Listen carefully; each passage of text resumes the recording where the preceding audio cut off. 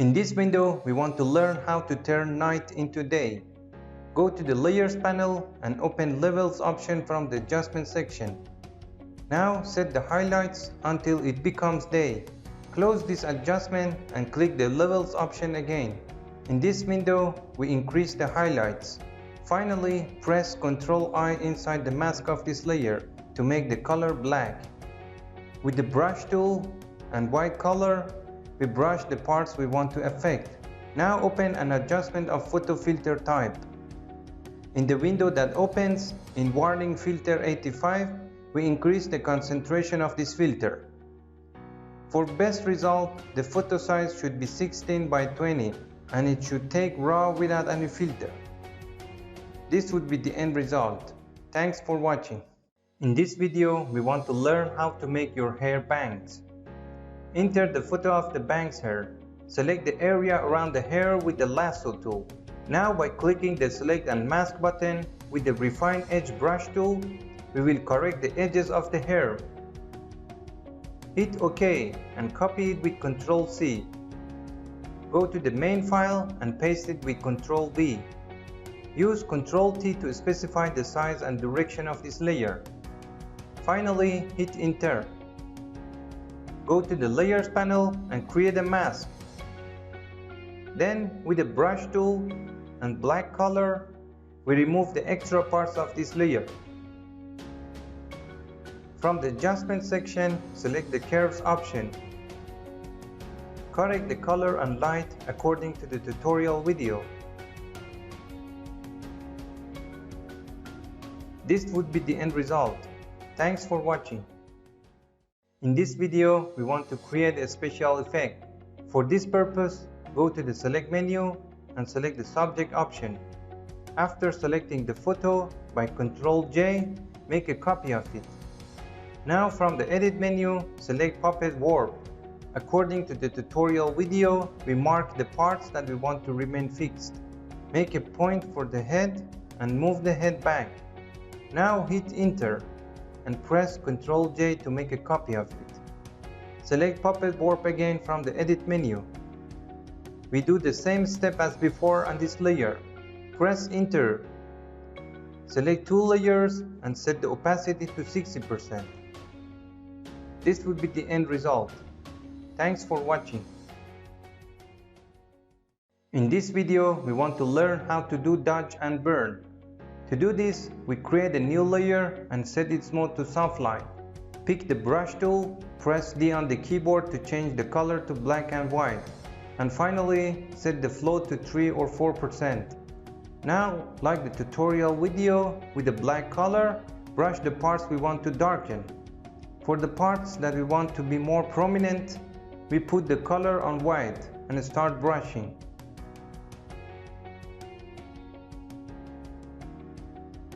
This would be the end result. Thanks for watching.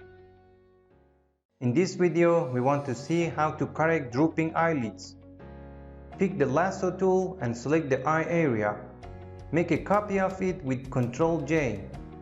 Now press Ctrl-T and right click on it and select Flip Horizontal. Bring the eye here and lower the opacity to see the underlying layer of the eye. Adjust the eye position. Now press the Enter key on the keyboard. Return the opacity value to 100%. Hold down the Alt key and click on the Mask button to create a black mask. Select the brush tool and brush the parts we want to correct with white. This would be the end result. Thanks for watching. In this video, we want to learn how to create a light painting effect.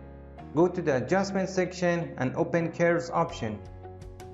We darken the highlights part to make our photo darker. Now create a new layer and hit Alt Backspace as our color is black. Set the mode of this layer to Color Dodge. With the brush tool, light yellow color, low flow, we brush the parts we want to get light. Now select the solid color option from Adjustment section. We choose white. Set the mode of this layer to Overlay mode. and press Ctrl I on its mask. With the brush tool and white color, we brush the parts that we want to get more light. This would be the end result. Thanks for watching. In this video, we want to create a perspective design on a box or package. To do this, go to the filter menu and select the vanishing point option. In the open window, we point like the tutorial.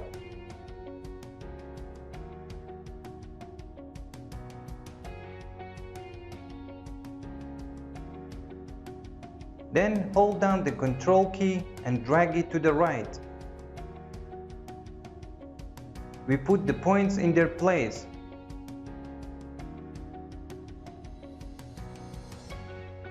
Click OK to apply the settings. Create a new layer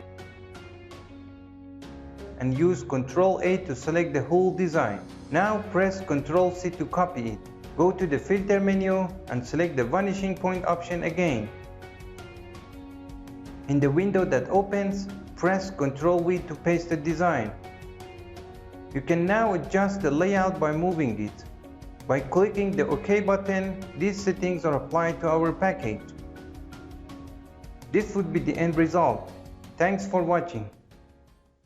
In this video, we are going to teach you about media shower. To do this, pick the quick selection tool and select the bottom of the photo. Use Ctrl J to make a copy of it. Make a copy of the bottom layer by Ctrl J. Then hit Ctrl T and set the photo angle to 2 degrees. Set the layer mode to lighten. Finally, make several copies with the Ctrl Alt Shift T to make several copies of this mode. This would be the end result. Thanks for watching. In this video, we want to correct the light and color of this photo. Go to the Layers panel and select Curves from the Adjustment section. According to the video tutorial, click on the 3 small lines button and check the first 2 options. Then select the Auto option to open the window. According to the video, check the 2nd, 5th and last options.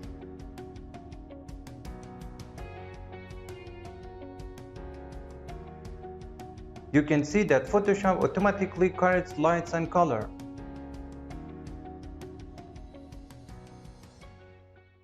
In this video, we will learn how to change the white background of a photo. For this purpose, select the Quick Selection tool and click the Select Subject button. Now with Ctrl J, we get a copy of the selection. Select the bottom layer and select Curves from the Adjustment section. Now you can change the background color according to tutorial video.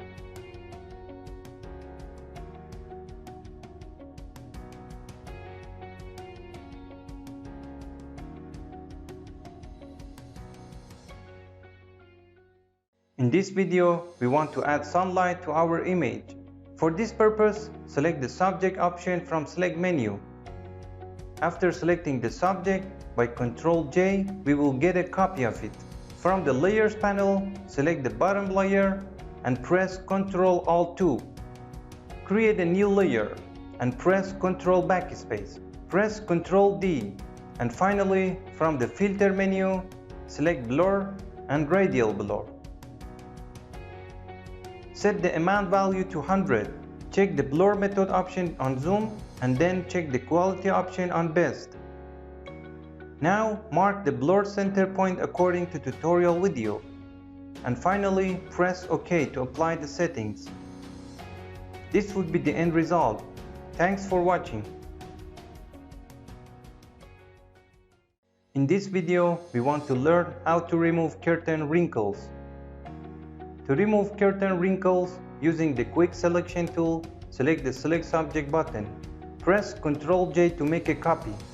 Go to the background layer and click the Select Subject button again. After selecting the subject, from the Select menu, Modify, set the Expand value to 8. Temporarily hide the top layer, and from the Edit menu, select Content over Fill and click OK.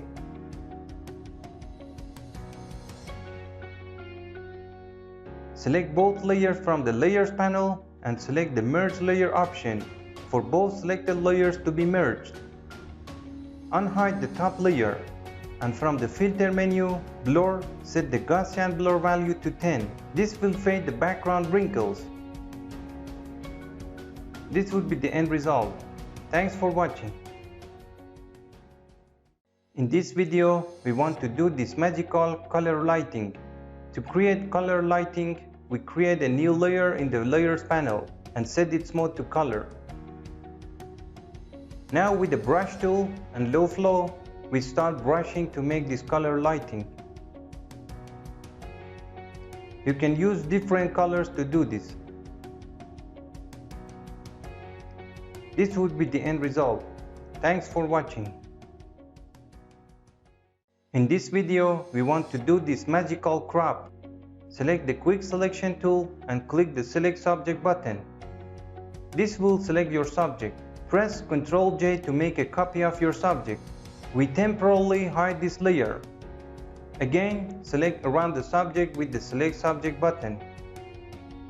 Go to the Select menu and from Modify section, set the Expand value to 3. Press Shift F5 to open Fill window. To remove the subject from the background, click OK. Now unhide the top layer, and as the bottom layer is selected, press Ctrl T.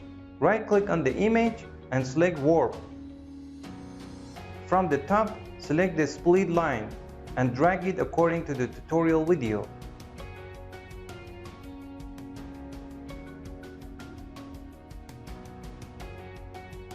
This would be the end result.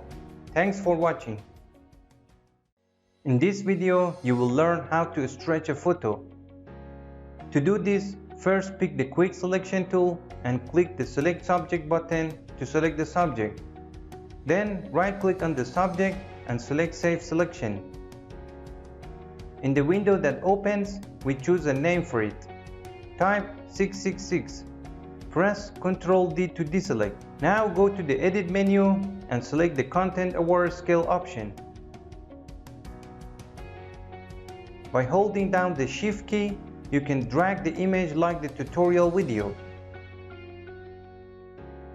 This would be the end result. Thanks for watching. In this video, you will learn how to remove the extra person in the photo. Use the Object Selection tool to determine the person's range.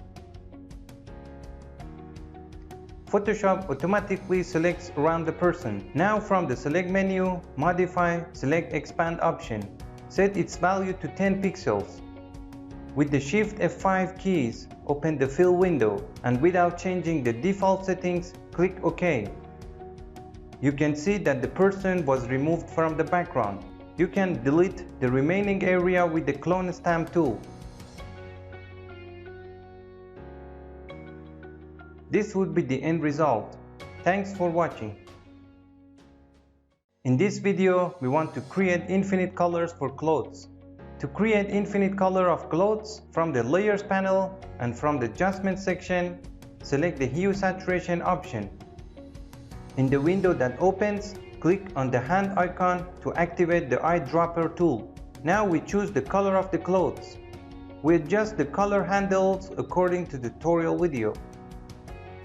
And you will be able to change the color of the clothes with the hue slider. This would be the end result. Thanks for watching. In this video, we want to remove the water background.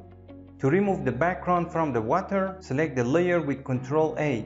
Then copy it by Ctrl C. Click the Mask button to create a mask. Hold down the Alt key and click on the white area of the mask. In the white window that opens, press Ctrl V to copy the photo to this layer of the mask. Now go to the Layers panel and select Solid Color from the Adjustment section. In this window, assign a color to it. Now move the created layer below the main layer. This would be the end result. Thanks for watching. In this video, you will learn how to create a shaded text. To create a beautiful text shadow, use Ctrl J to make a copy of your text and change its color to black. Now with Ctrl T, we change the angle of the text to 45 degrees. Select the black text layer and press Alt and the up arrow key on the keyboard to copy a lot of text for us. According to the tutorial, hold down the Shift key, select the last layer created and select the first layer. Once all layers are selected, press Ctrl G to place them in a group. Now right click on the group and select Merge Group. Press Ctrl T again and set the created shadow below the main layer. Press Ctrl G twice and adjust the shadow below the text according to the tutorial video.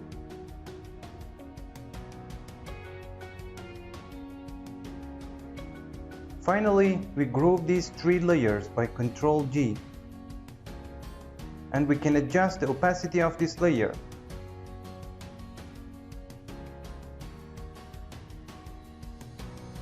This would be the end result. Thanks for watching. In this video, we want to move this subject.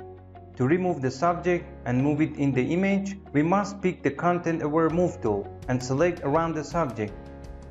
Be careful to choose a little more around the subject. Move the subject and press the Enter on your keyboard to apply the settings. This will be the end result. Thanks for watching. In this video, we want to create this magical flower effect. To create the magic flower, select the flower range using the Quick Selection tool.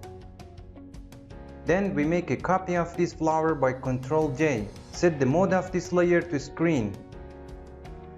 And again, make a copy of this layer by Ctrl J. Right click on it and select the Convert to Smart Object option. Now go to the Filter menu, select the Blur option and then Gaussian Blur.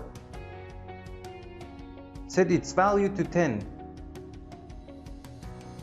Copy this layer again with Ctrl J. This time increasing the Gaussian blur value. According to the tutorial video, we do this several times.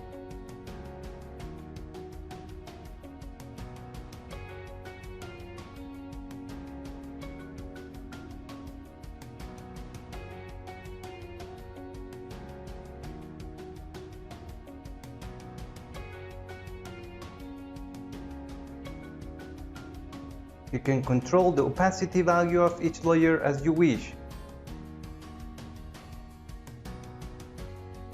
This would be the end result. Thanks for watching. In this video, we want to teach you the easiest lighting in Photoshop. Using the polygonal lasso tool, select the range of the image. Then go to the Layers panel and select Brightness Contrast from the adjustment. According to the tutorial video, we increase the brightness and contrast values a little to increase the brightness. Then click on the Mask button and increase the feather value to slightly blur the edges of the light created. This will be the end result. Thanks for watching. In this video, we are going to teach you how to retouch golden skin. To do this, go to the Layers panel and select Black and White from Adjustment section. In this window, decrease the reds and yellow slider. Go to the Adjustment again and this time open Hue Saturation.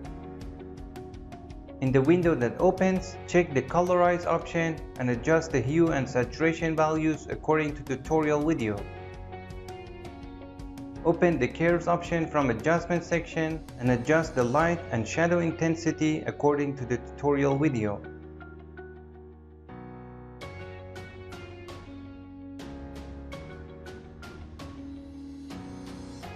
If you wish, you can go to the Black and White window and increase and decrease the amount of red and yellow.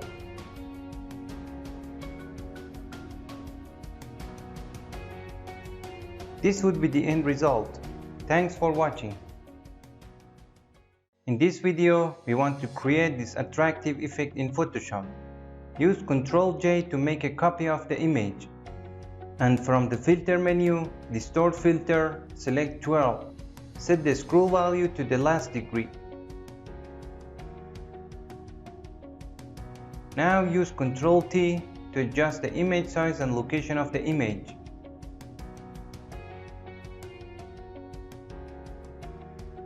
In the meantime, to achieve the best result, you can also reduce the opacity value to have more control over your work.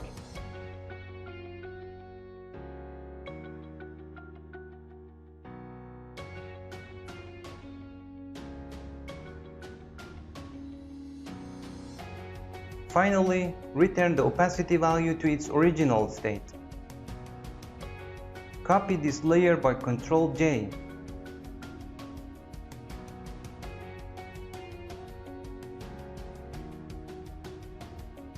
And put it in a group. Go to the Layers panel and select Hue Saturation from Adjustment section. In the window that opens, increase the saturation value to the desired value. This would be the end result. Thanks for watching. In this video, we want to change the background color in a simple way. Go to the Select menu and select the Subject option. Copy it to a new layer with Ctrl J. Click on the background layer and from the Adjustment section, set it to solid color. Change the mode of this layer to color. Now we can easily change the background color without losing its shadow. This would be the end result. Thanks for watching. In this video, we want to do a quick lighting with Photoshop. To do this, go to the Layers panel and select Exposure from the Adjustment section.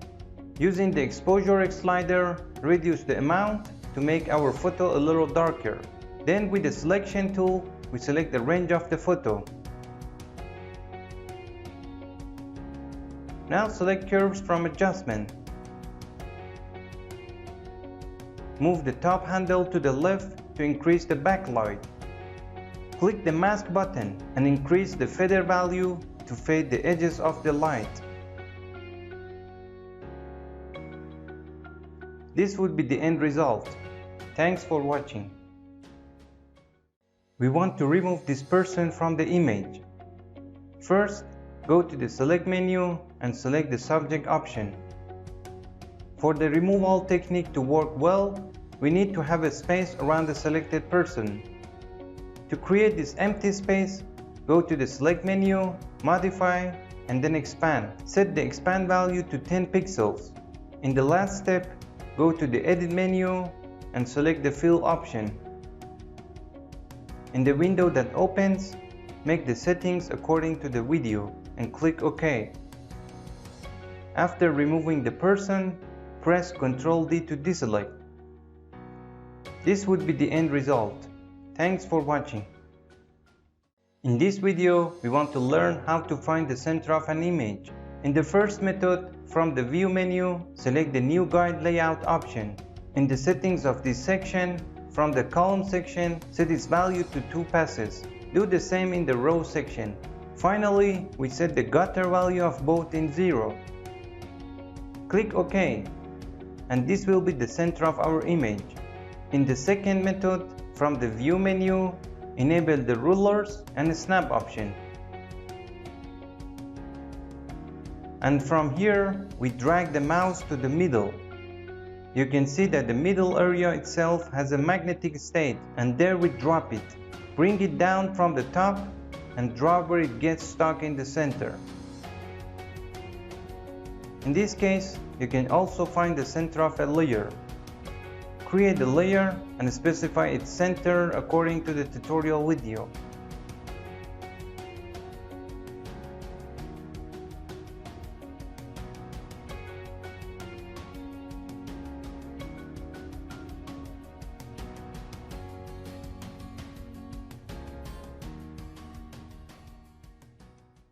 In this video, we want to learn how to make our photo cinematic.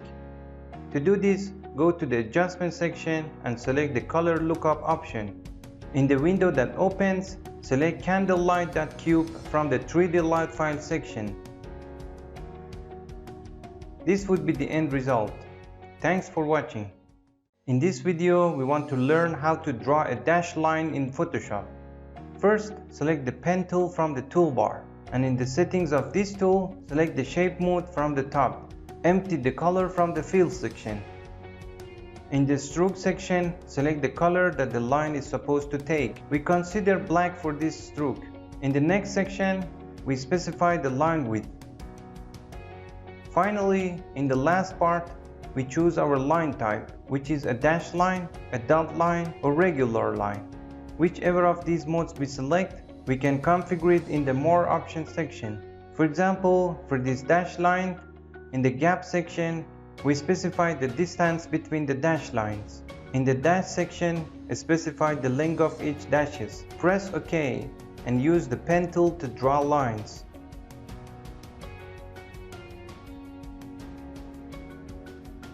Once we have drawn our line, we press the Escape key on the keyboard, and with the Move tool, deselect it.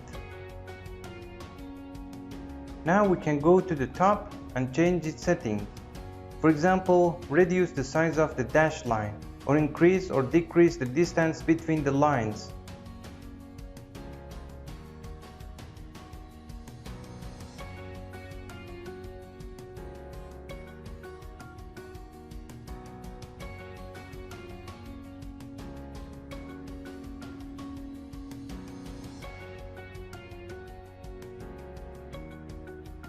This would be the end result. Thanks for watching. In this video, we will learn how to move your subject as fast as possible. Go to the toolbar and select the Content Aware Move tool. With this tool, we select the subject that we want to move. Put some margins around the photo so the Photoshop can do its job better. In the above settings, set the mode to move and set the structure value to 4. With this tool, place the subject where we want to be and press the Enter key on the keyboard. Finally, press Ctrl D to deselect. You will see that Photoshop with its AI moved the subject for us. This would be the end result. Thanks for watching. In this video, we want to transfer the color of one image to another. To do this, open both photos in Photoshop at the same time. Drag the file we want to copy to this corner and click on this image to activate it. Now go to the Image menu, select Adjustment and then Match Color. In this window, select the source file name from the Source section. Photoshop itself adjusts the colors automatically. To have a better colors, you can manipulate the settings according to the tutorial video to achieve the desired result.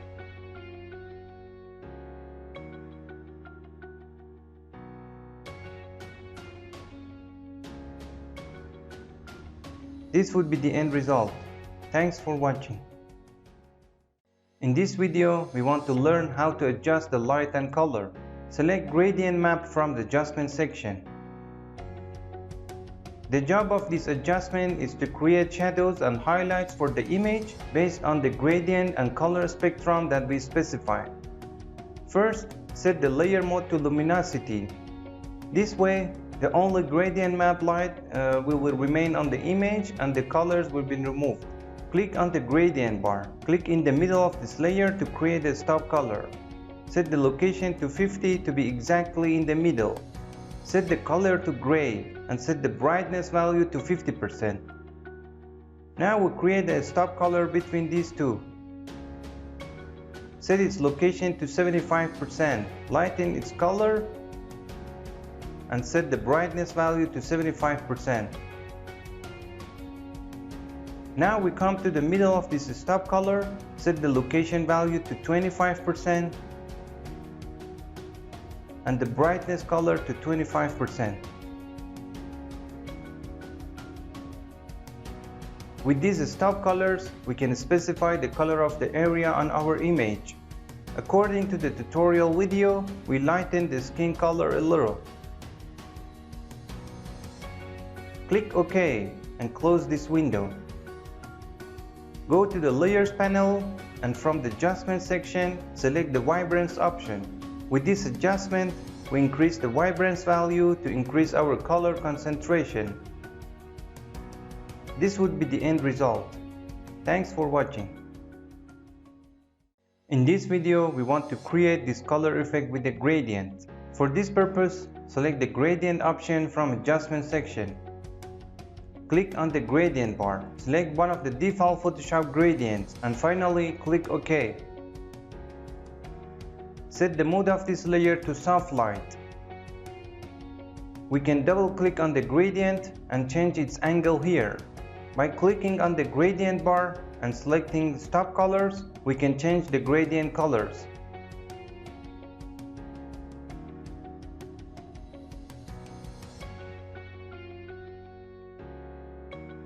This would be the end result. Thanks for watching. In this video, we want to learn how to turn black clothes into white. For this purpose, we select the cloth range with the quick selection tool. In the next step, from the layers panel, from adjustment section, select the levels option. In this window, move the middle slider to the left to make the color of the dress lighter, and move the highlights to the left to get a white. You can also manipulate these lower sliders if needed. Now to correct the edges, pick the brush tool, set the hardness value to 90%, and with white color, select the parts we want to add to white.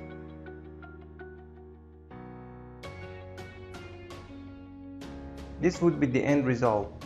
Thanks for watching. In this video, we want to turn summer into spring, autumn, and winter. Open your photo in Photoshop and select the New Roll filter from the filter menu. Select the landscape mixer option. From the top, a series of ready-made presets are placed for you. For example, click on the first preset. This option is shown. Wait a few moments for Photoshop to turn your nature into winter with artificial intelligence. In the strength section, you can increase or decrease the intensity of this effect. You can also turn this nature into autumn or spring. Click on one of the presets, and from the bottom, move the handle in front of autumn to the right. Also increase the amount of strength. You can see that our image turned into autumn. Reduce the amount of autumn and add it to the amount of spring. By reducing the amount of strength, you can also reduce the intensity of the spring. Finally, click OK. The new season is created in another layer. This would be the end result. Thanks for watching. In this video, we want to learn how to get a tattoo. Using the Move tool, move the tattoo design and drop it into the original file. Use Ctrl-T to adjust the size and dimension of the design. Now right-click and use the Warp tool to create the tattoo design according to the hand form.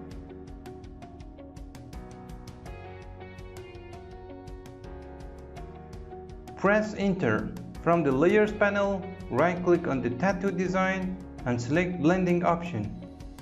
In the window that opens, from the underlying layer section, drag the right slider to the left until the highlight ranges are removed from the tattoo. Hold down the Alt key to break these handles and adjust it according to the tutorial video.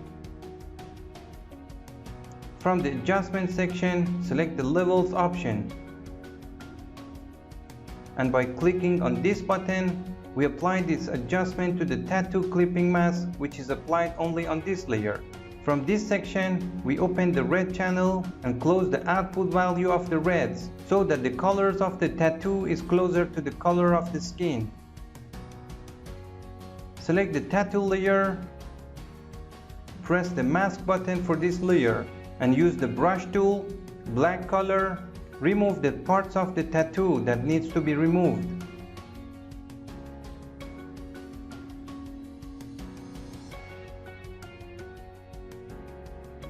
From the filter menu and from the blur section, select the Gaussian blur option.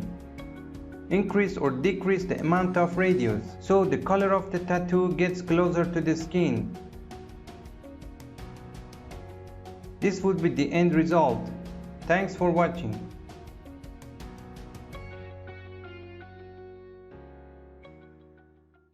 In this section, we want to learn how to enlarge a photo without changing its appearance. To do this, select the crop tool and check the content aware option. Now we crop our photo to the ratio we want. Finally, press enter, and Photoshop itself creates the parts of the image that didn't exist for us. This would be the end result. Thanks for watching. In this video, we want to learn how to create reflection of object in Photoshop.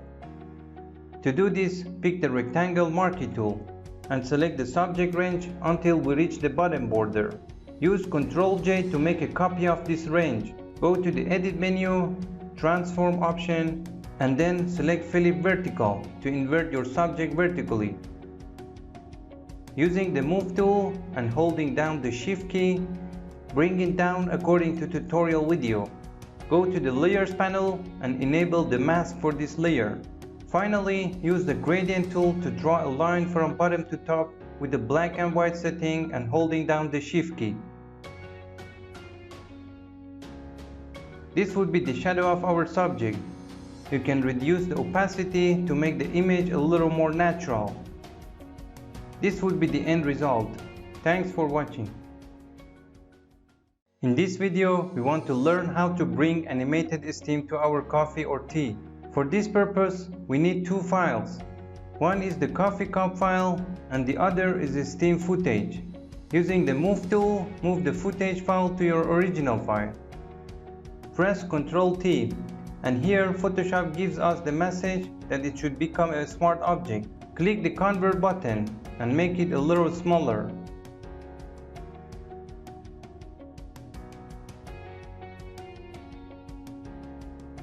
From the window menu, select the timeline option.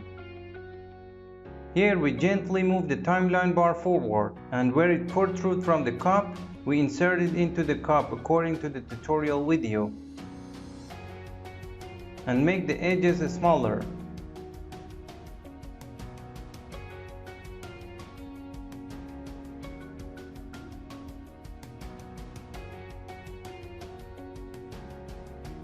Go to the Layers panel and change the mode of this layer to screen. Make a mask for this layer from the bottom. Now brush the lower parts of the steam with the brush tool, black color and hardness 0.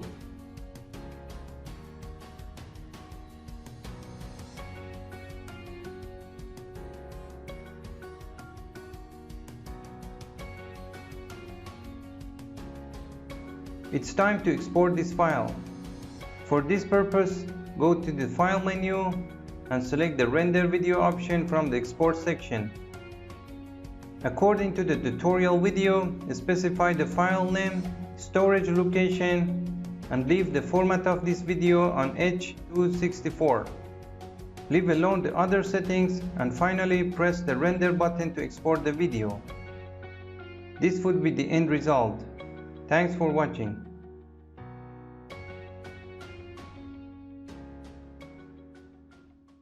In this video, we want to learn how to turn day into night. For this purpose, we must first select the sky. Pick the Quick Selection tool and select the sky. Press Ctrl-Shift-I to reverse our selection. Go to the Layers panel and activate the mask for this layer. Using the Move tool, we transfer the photo we have of the night to the original file. Use Ctrl-T to enlarge the image size and place it below the main layer. Go to the Layers panel again and select Color Lookup from the Adjustment section. In this section, we select the Moonlight option. Finally, we click on this button to make this adjustment clipping mask on our environment layer. We can go to our sky layer and bring it a little higher with the Move tool. This would be the end result. Thanks for watching. In this video, we want to learn how to do this typography on the face. With the rectangular marquee tool, select half of the face. Now use Ctrl-Shift-J to halve the image. Select the bottom layer and from the adjustment section, select solid color option. In this window, select the background color and click OK. Drop this layer under all layers and temporarily hide the left layer of the face. Pick the type tool and create a text box in this area.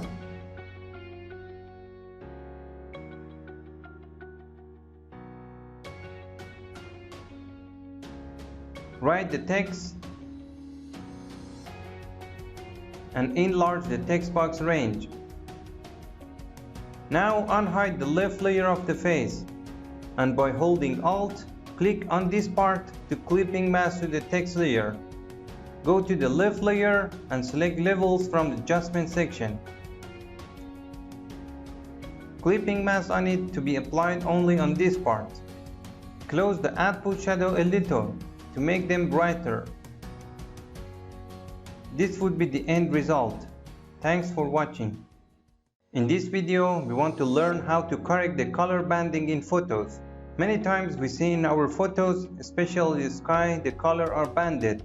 To remove this banding, go to the Layers panel, right-click on the background layer and select Convert to Smart Object, so that the filters applied to it don't damage the original image. Now go to the Filter menu and select Surface Blur from the Blur section. In the Settings window, slightly increase the threshold value.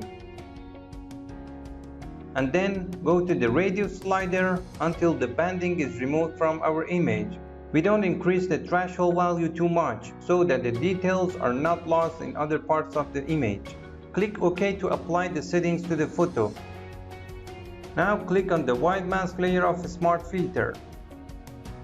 Use Ctrl-I to change the layer to blank. With the brush tool and white color, we brush the banding parts that should be removed from the photo. Do it according to the tutorial video.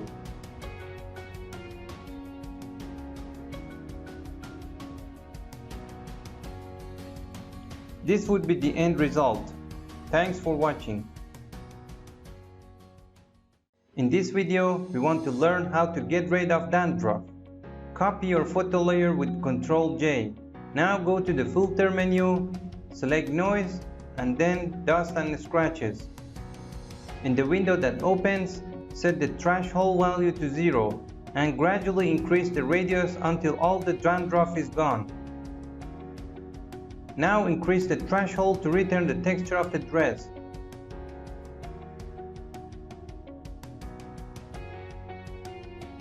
Click OK.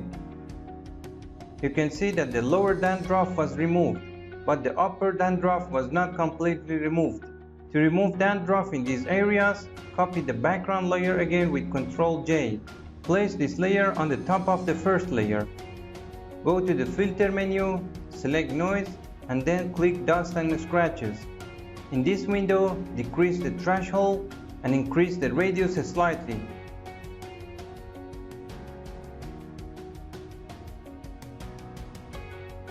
Click OK. At this point, hold down Alt and hit the mask button to create a black mask on both layers. First, go to the first layer and brush with the brush tool and white color, according to the video tutorial.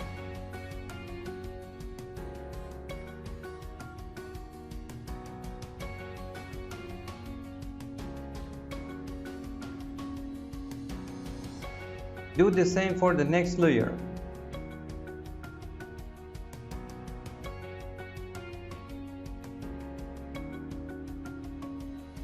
This would be the end result. Thanks for watching. In this video, we want to learn how to remove facial wrinkles.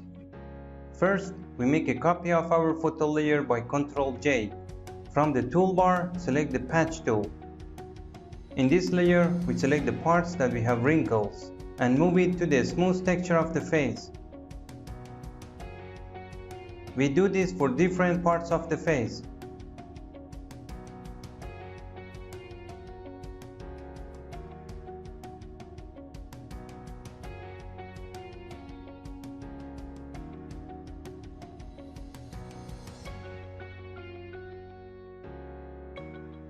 Next, reduce the opacity of this layer and wrinkles appear. So this way we have a more natural skin.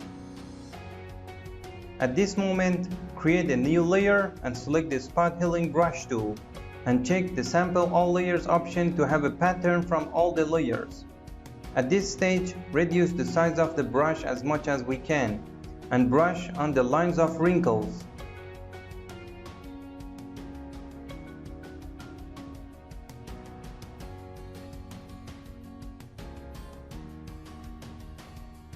This would be the end result. Thanks for watching. In this video, we want to see how to correct the light and color of image automatically. Go to the Layers panel and select Curves from the Adjustment section. Hold down the Alt key and click on the Auto button. In the window that opens, check the Find Dark and Light Colors option. Then check this option and click OK. The light and color of our image is automatically corrected. In this case, the dark parts of the image become very black. To solve this problem, we come to this part and lighten the shadows a little. This would be the end result. Thanks for watching. In this video, we want to learn how to give this effect to our photo. Go to the Layers panel and select the Solid Color option from the Adjustment section. In the window that opens, select the dark gray color. Right-click on the solid color layer and select Blending options. In the window that opens, in the underlying layer, break the slider on the right by holding Alt and bring it to the left. In this case, dark gray colors are removed from the light part of the image. Click OK to confirm. We can also reduce the effect by reducing the value of opacity. This would be the end result. Thanks for watching.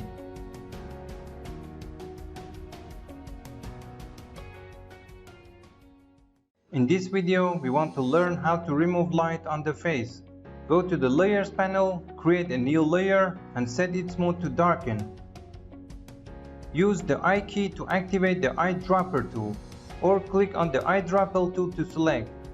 In the sample size section, select the 3x3 average mode so that this tool selects the color based on the average of the sections we click.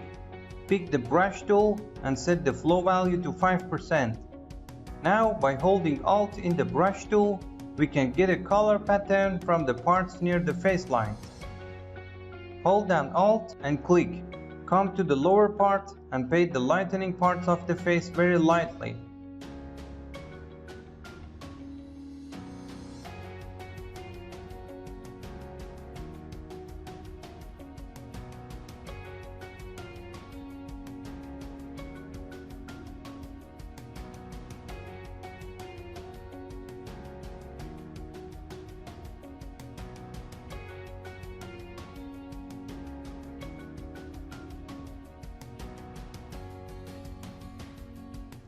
In the last step, go to the Layers panel and reduce the amount of face lightening by reducing the opacity value. This would be the end result. Thanks for watching. In this video, we want to learn how to change yellow teeth to white teeth. Go to the Layers panel and select Vibrance from the Adjustment section. In the window that opens, bring the Vibrance slider to the left and close this panel. Go to the mask of this layer and reverse the mask with Ctrl I keys. Pick the brush tool and brush the teeth with white color.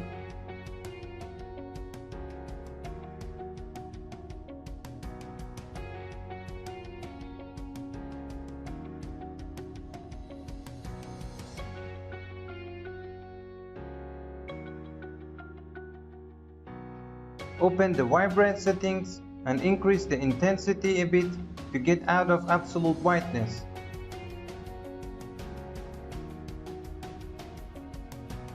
This would be the end result. Thanks for watching.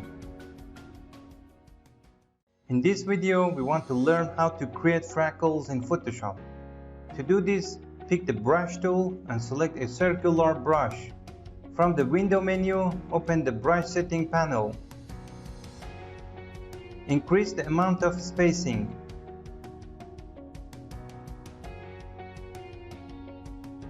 Open the shape dynamic section, and here we increase the size jitter to increases the difference between the sizes. In the scattering section, increase the scatter and count values. Increase the count jitter value a bit to increase the irregularity between the points. In the transfer section, increase the opacity jitter value. Leave alone the other settings and close this window. Go to the Layers panel and open the Levels option from Adjustment section. In this window, move the center slider to the right to make our image a little darker.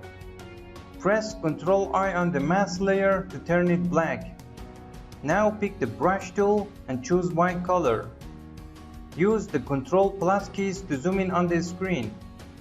Right click and decrease the hardness value a little and reduce the brush size a bit. We'll start clicking in different places to create these freckles.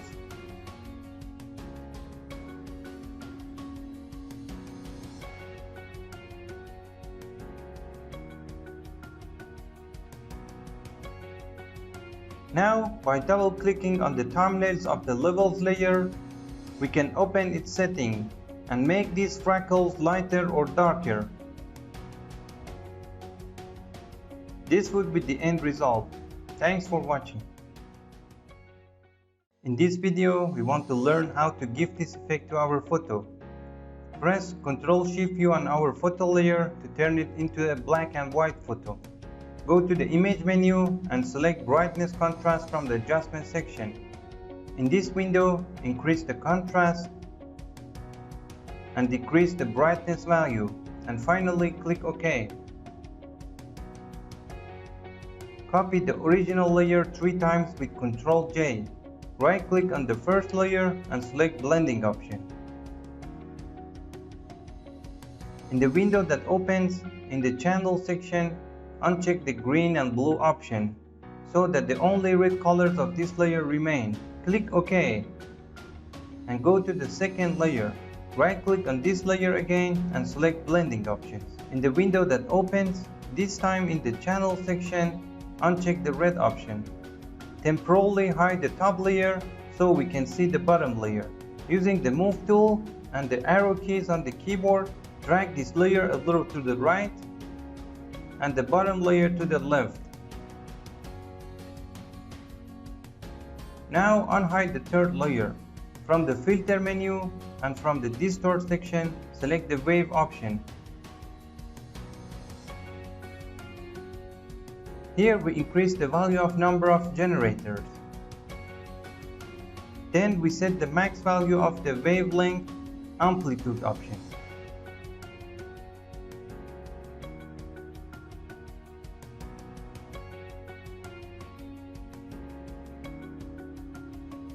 Finally, set the scale value to the horizontal axis.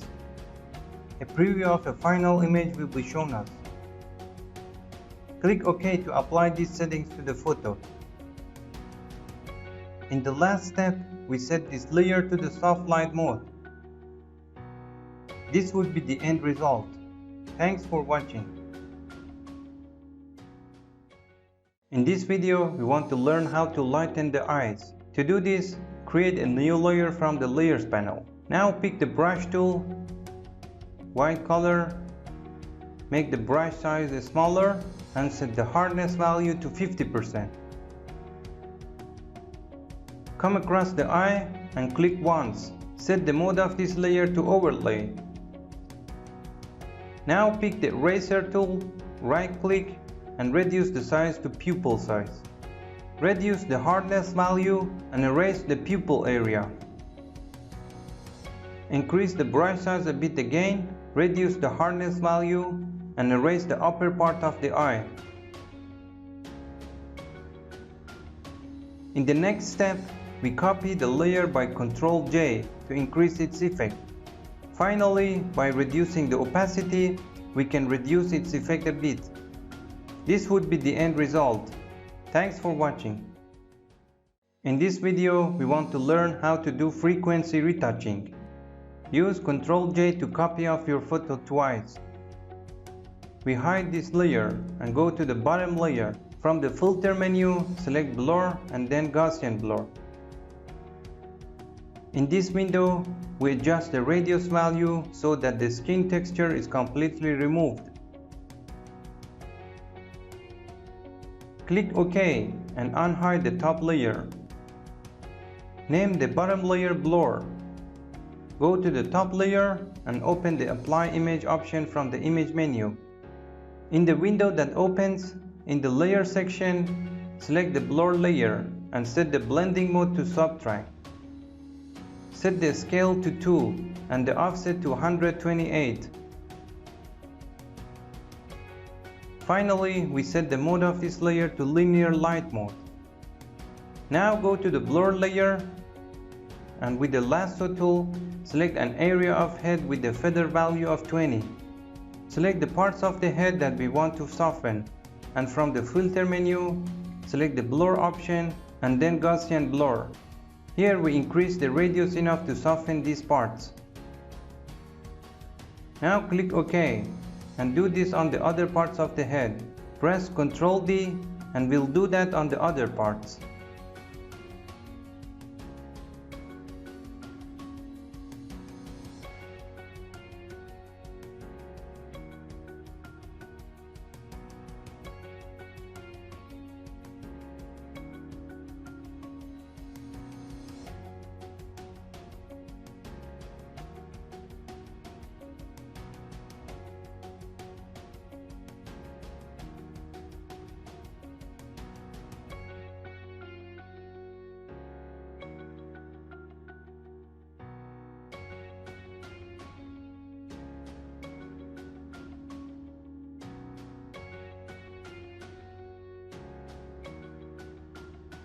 This would be the end result. Thanks for watching.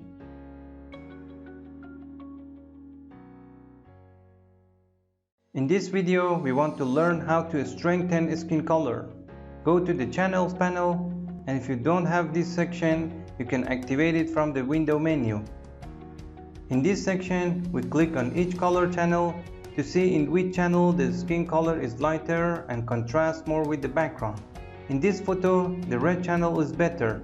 Now I'll click on this button to select the highlighted area. Go to the RGB layer again, and from the Layers panel, select the solid color option from Adjustment section and give it a bright red color. Now set the mode of this layer to linear light and reduce its fill value until it reaches a natural color. Finally, click on the layer mask. Pick the brush tool, select black, and brush the areas that shouldn't be colored, such as inside the eyes and nose.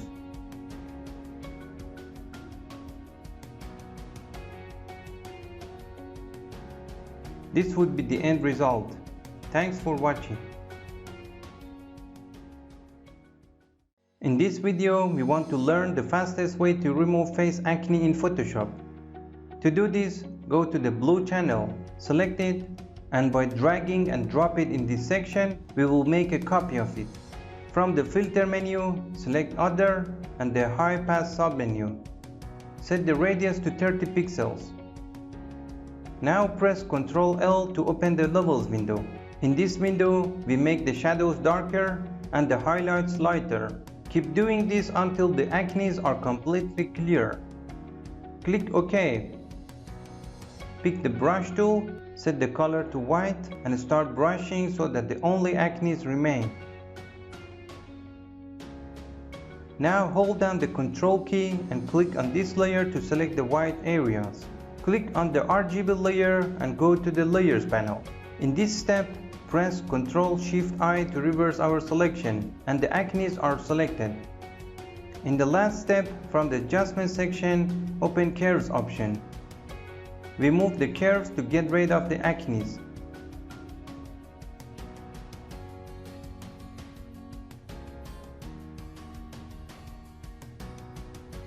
This would be the end result. Thanks for watching. In this video, we want to learn how to retouch men's hair. Go to the Layers panel and copy the photo twice. Name the top photo layer H and the bottom photo layer L. Hide the top layer and give it a blur from the filter menu and then Gaussian blur filter. In this window, we decrease the value of radius and increase it to where the texture of the hair disappears completely, but the empty parts of the hair are completely visible. Click OK. Go to the Layers panel and unhide the edge layer. From the Image section, open the Apply Image option. In the window that opens in the Layer section, select Layer L and set the blending mode to Subtract. Set the scale to 2 and the offset to 128. Finally, we set the mode of this layer to Linear Light. Now go to the Layer L and with the Lasso tool, select an area of hair with the value of feather 14. Select the parts of the hair that we want to soften. Then select the blur option from the filter menu and then the Gaussian blur filter. Here we increase the radius enough to soften these parts. Now click OK and do the same on the other parts of the hair. If we open the filter menu, we can reapply the last filter we applied to our photo. Press Ctrl D keys and do this on the other parts of the hair. By holding down the Ctrl Alt F, we can apply the same filter as before.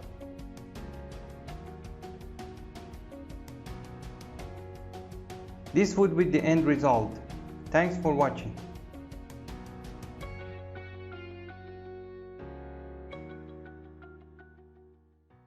In this video, we are going to learn how to give this pink effect to our nature.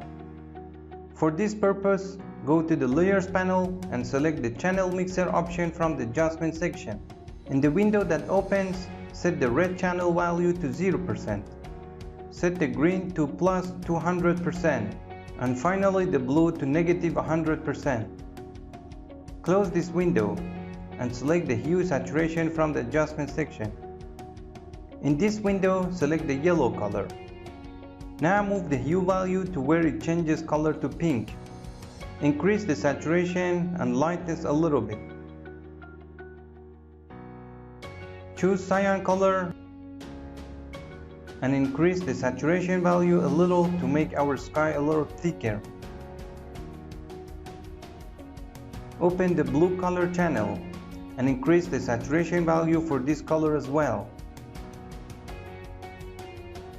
In the last step, we reduce the opacity of this layer a little to have a greater yellow effect. This would be the end result. Thanks for watching. In this video, we want to learn how to blur the back of our photo. To do this, we must first select the subject. From the Select menu, select the Subject option. Now we have to select the iron bar next to the subject. We use Polygonal Lasso tool. Hold Shift to add the new select to the previous select. Now from the Layers panel, drag this layer onto the new layer to make a copy of it. As the top layer is selected, we click on the Mask button to mask this part of the layer. This way, the rest of the parts are removed in the top layer. Hold down Ctrl and click on the Mask thumbnail to select these sections. We are temporarily hiding this layer. Go to the bottom layer and select Modify from the Select menu and set Expand to 60 pixels. Now press Shift F5 to open the Fill window. Set the Content option to Content Aware and check the Color Adaptation option. Select the bottom layer and open the Blur Gallery option from Filter menu and then Tilt Shift. Rotate the filter according to tutorial video and make it a little bigger.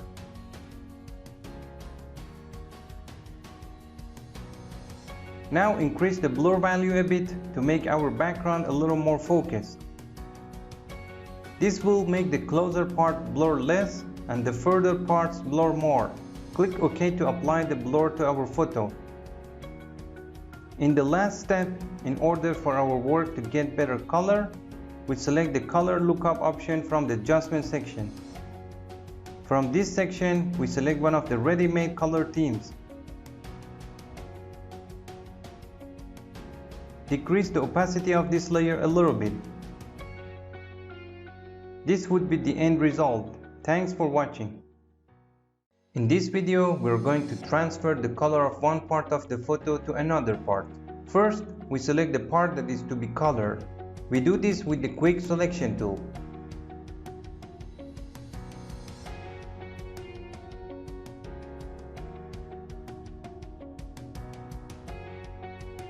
In this step, from the Layers panel, select the Gradient Map option from the Adjustment section.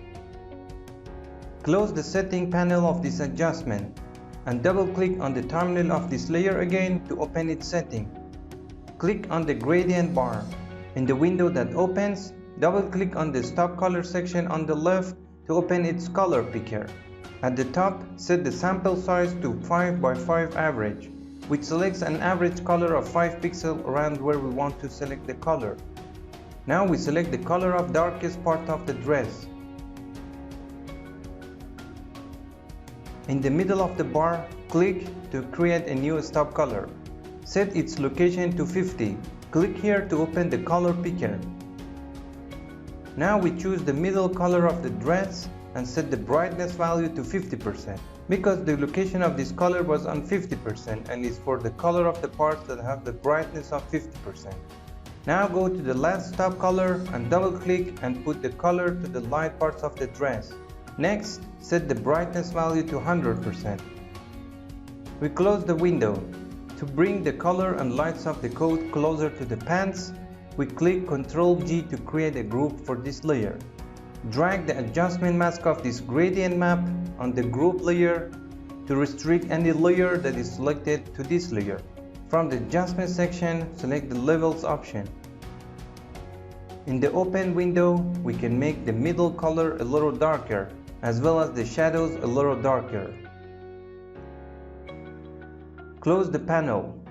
In order for this level not to affect the color concentration and saturation, we set the mode of this layer to luminosity mode to affect only its light. This would be the end result. Thanks for watching. In this video, we are going to learn how to turn photo into a painting.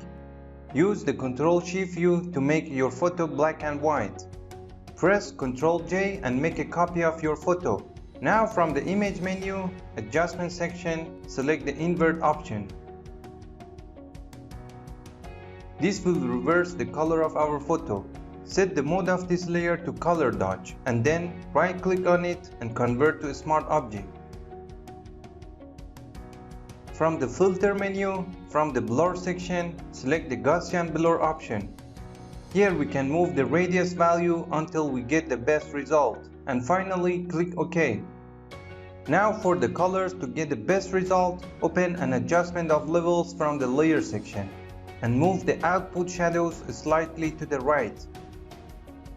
We can also move the middle slider to darken, and finally close the amount of highlights. In the last step, select this last layer and hold down Shift key to select the background layer. This will select all the layers. Now right-click on one of these layers, select Convert to Smart Object, and then select Noise and add noise from the Filter menu. In the open window, we make some noise to our word to make it more natural. This would be the end result. Thanks for watching. In this video, we are going to lighten the part of the face that has been darkened. Go to the Channels panel, and if this window is not active for you, you can activate it from the Window menu. Hold down the Control key and click on the RGB layer to select the bright parts of the image. Go to the Layers panel and hold down the Ctrl-Shift-I keys to reverse this select. This selects the dark parts of the image. Now copy the selected layer with Ctrl-J. Set the mode of this layer to Screen, and this way all parts of these two layers will be brighter. Hold down the Alt key on this layer and click on the Mask button to create a black mask. In this step, Select the brush tool and set the color to white. Set the flow value to 45%. Right-click on the image and set the hardness value to 0%. Now brush the area we want to lighten with the brush tool. By reducing the opacity of this layer, we can reduce the impact. This would be the end result. Thanks for watching. In this video, we want to learn how to get rid of redness and yellowing of the skin. Go to the Layers panel, select Hue Saturation from the Adjustment section, and click on this button. Come across the image and select the red part of the skin. To specify exactly the area where we want the red color to disappear, we increase the hue and saturation values. The range selected for us is specified in this color. We narrow this range to the left and right, and in this way, the red color that is going to disappear is determined for us. At this point, we reduce the amount of hue and saturation. By adjusting the hue, we eliminate this redness and turn it to yellow. We also reduce the saturation value. Now pick the brush tool, select black, right-click on the image, set the hardness value to 0, and set the opacity to 10%. Go to the layer mask and use the brush tool to remove the parts that shouldn't be red. Use the Ctrl-J keys to make a copy of this mask layer. Now use Ctrl-I to invert this layer mask. Again, with the brush tool and white color, we brush that parts that we want to get rid of redness. This would be the end result. Thanks for watching.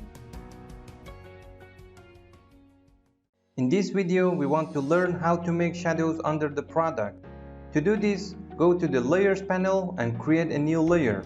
Pick the brush tool, right-click on the screen, enlarge the brush size and set the hardness value to 0. Set the color to black. In this step, double-click in the middle of the page. Press Ctrl-T and adjust the shadow size. To make the middle of the shadow darker, use the Ctrl-J keys to make a copy of this layer and adjust it according to the video tutorial. Decrease the opacity value a bit. In this step, with the Ctrl-E keys, we will merge it with the bottom layer. Now we bring the shadow layer below the subject layer. Create a new layer and click again in the middle of the page with the brush tool. Press Ctrl-T and adjust its size and follow the video tutorial. Finally, we reduce the opacity of this layer. Now we create a new layer on the top of our subject layer. Hold down the Alt key between two layers to make this layer clipping mask. Pick the brush tool and brush on these parts to remove the whiteness of the edges. In the last step, click on the background layer and from the adjustment section, select the gradient option. In the window that opens, set the style to radial, and in the gradient section, select one of the default gradients.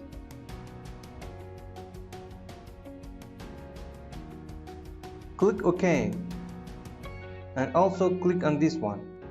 This would be the end result. Thanks for watching. In this video, we want to learn how to make lipstick with Photoshop. To do this, go to the toolbar and select the polygon lasso tool, and with this tool, select the lip area. Now from the Layers panel and from the Adjustment section, select the Gradient Map option. Double-click on the gradient bar. From this part, we can color the selected light spectra. For example, when we double-click on the stop color on the left and select a dark red color, this color will be located in the dark part of the image. When we double-click on the stop color on the right and give it a bright red color, This color is actually located on the bright parts of the image. Now to make the brighter parts white, move this stop color to the left. Double click on this part to create a new stop color and then give it white. We can improve the color range by moving these stop colors. You can change its color again by double clicking on any stop color. Now click OK and close this panel. Double click on the mask of this layer and we can soften the edge of the lips on the feather part. In the next step, right click on the mask layer and select blending options. In the window that opens, click on the inner shadow option and set the distance to 0 to have a lip line mode around it. From this part, we can change its color to dark red, for example. By increasing the opacity, we can increase its intensity. And in the size section, we can make it bigger. Now click OK to apply these settings to our photo. We can reduce the effect of this layer by reducing the opacity. This would be the end result. Thanks for watching. In this video, we want to learn how to make light. To do this, from the Layers panel, create a new layer. Pick up the brush tool and set the color to light yellow. Now reduce the amount of flow to reduce the effect of the brush. Set the mode of this layer to color dodge. Now double click on the empty space of the layer and the open window, uncheck the transparency shape layer. Increase the size of the brush and to create light, click on the parts of the photo that is light source. We can make the brush smaller and fill in the blanks. Create a new layer with the same brush and yellow color. Increase the size of the brush a little bit and double click to create a halos of light around the lamp. Select the bottom layer again and set the color to white. Reduce the size of the brush and brush inside the middle part which has more light until it is completely white. Now create a curves adjustment on top of all the layers. We make the parts of the highlights brighter. We also reduce the amount of shadow a bit to have a better contrast. Open the blue channel and reduce the amount of blue to increase the yellow part of the line. Open the red channel and increase the red part in the highlight section. Close the panel and press Ctrl I inside the mask of these curves to reverse and hide the mask. In the black mask, select the brush tool and the white color. Set the flow value to 2% and brush the places that need light according to tutorial video.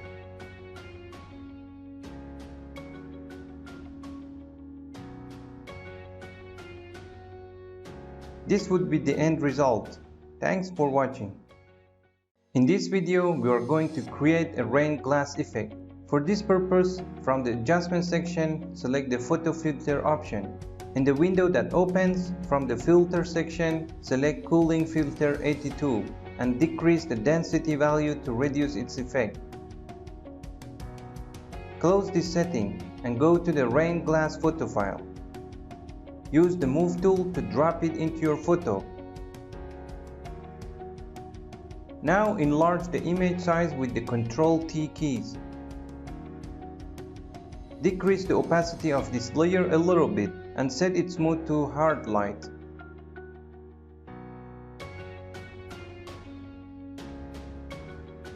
In the next step, go to the main layer and make a copy of this layer with the Ctrl J keys. Right click on this layer and select the Convert to Smart Object option so that the filters that run on it can be changeable. From the filter menu, from the blur section, select the Gaussian blur option. Now, in order to reflect the outside environment on the glass, we enter a photo of the rainy environment and transfer it to this file with the move tool. Use Ctrl+T keys to enlarge the size of this image a little bit. Decrease the opacity of this layer a bit and double click on the empty part of the layer to open the blending option section. In this section, hold down the Alt key on the keyboard, break the shadow handles and drag it to the right. In this way, the dark parts of our photo will be removed and only the light parts will remain. Drag the left handle to the right a bit and finally press OK. Now we bring this photo on top of all the layers and put it in its proper place. This would be the end result. Thanks for watching. In this video, we want to learn how to change the texture and color of the eyes. Use the Move tool to bring the pupil inside the original file. Decrease the pupil opacity to 50%. Now with Ctrl+T, we make the size of this layer smaller. Press Enter and delete the extra parts with the eraser tool. Go to the Layers panel and change its mode to Color Dodge. Finally, with the Ctrl+U keys, we can change the color of the pupil. This would be the end result. Thanks for watching. In this video, we want to see how to give this effect to our images. In the first step, from the Layers panel, select the Hue Saturation option from the Adjustment section. In the window that opens, select the yellow color and set the saturation value to -100. This eliminates all the yellow colors in the image. We do the same for other colors. Be careful not to do this for red, which is the color of the skin. In the second step, we go to the Adjustment Selective Color, and in this window, we reduce the amount of cyans to have a stronger red. Now we go to the yellow, and in this setting, we reduce the cyan's color and increase the yellow color to compensate for the yellow color that we reduce in the Hue Saturation section. Go to the gray color and increase the amount of cyans, and add some black to make the image a little darker. Now go to the black and add a little more cyans. Increase the amount of magenta, yellow, and black a little bit. In the third step, select the Curves option from the Adjustment section. In the Settings window, increase the shadows. Click on the mid-tone and bring it back to its previous place. Click on this icon, add some light to the face.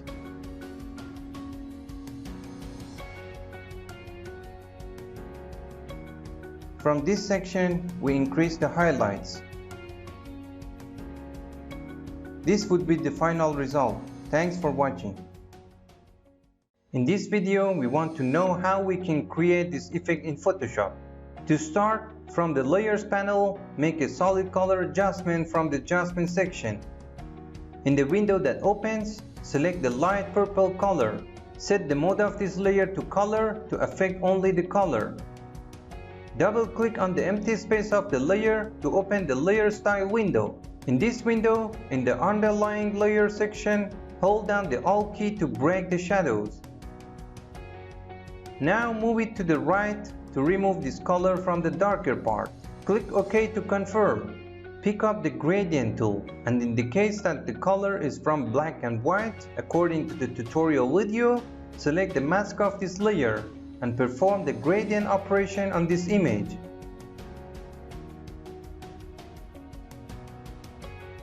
Use Ctrl+J to make a copy of this layer. Double-click on the thumbnail of this section to open the Color Picker window. Here we choose light blue. Now select the mask of this layer and invert it with Ctrl+I. Select the Brush tool and put its color on white and brush inside the mask of the same layer, where the blue brush needs to be applied. In the next step, click on the background layer and select the Curves option from the Adjustment section. Here we select this tool click on the skin and drag it upwards to make it a little lighter. Now click on the darker parts of the skin, drag it down and bring some shadows up to make the image a little clearer.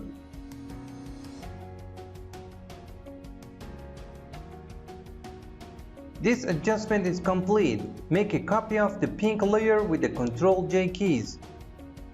Inside the mask, when our color is black, use the Ctrl backspace keys to blacken the color inside the mask.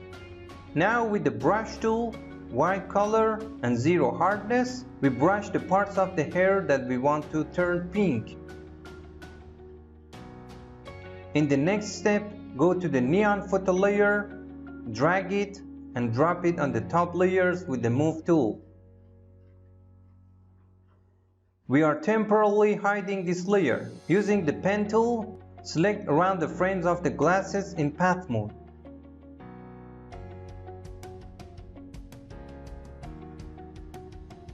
Finally, when done, press the Ctrl-Enter keys to select it. Unhide this layer, and by pressing the mask button, we create a mask.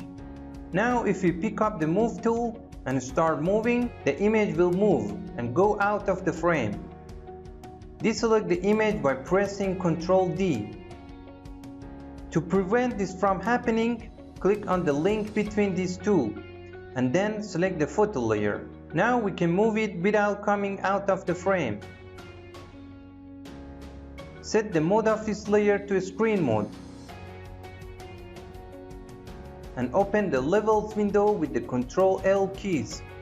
Turn on the shadows a little bit to make the image clearer.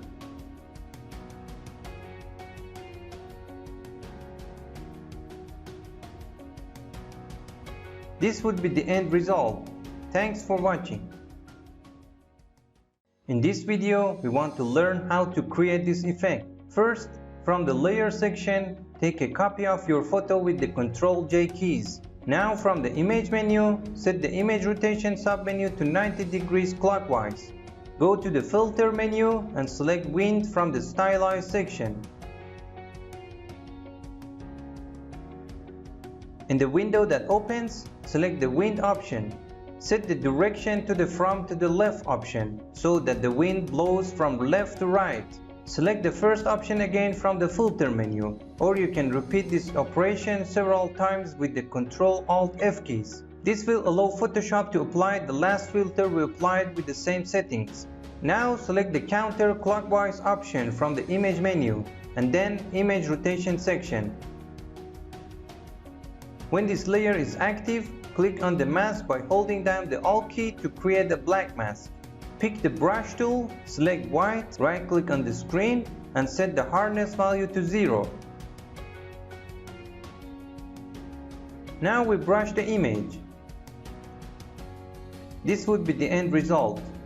Thanks for watching. In this video, you will learn how to turn your paper signature into a digital signature. First, we draw our signature on white paper with a bold black marker. After signing, we take a picture or scan it, and finally import it into Photoshop. Now open the levels window with the Ctrl-L keys. In this part, we lighten the highlights until our background is white and darken the shadows until our signature is completely black. After making these settings, click OK. Now select the color range option from the select menu. In the window that opens, set the fuzziness to 200. Select the signature color with the dropper and click OK. Open the layers panel and from the adjustment section, set it to solid color and black.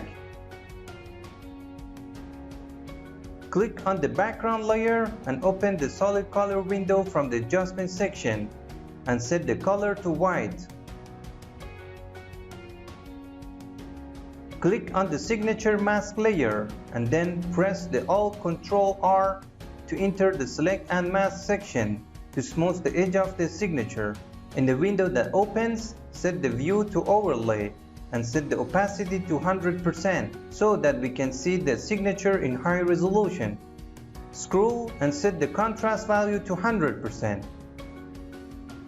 Gradually increase the amount of feather to soften the edges of the signature. We will continue to do this until the details are not lost.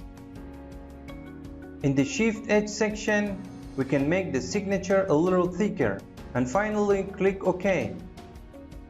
From the Layers panel, select the signature layer. Now select the Define Brush Preset option from the Edit menu.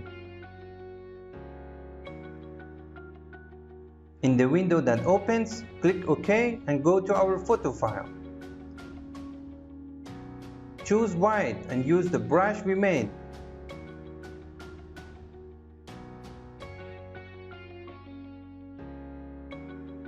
This would be the end result. Thanks for watching. In this video, we are going to eliminate the dimple under the eyes in a very simple way. For this purpose, we create a new layer above the main layer and set its mode to soft light. Now select the brush tool and set the color to white. Set the flow value to 1% to reduce the brush intensity.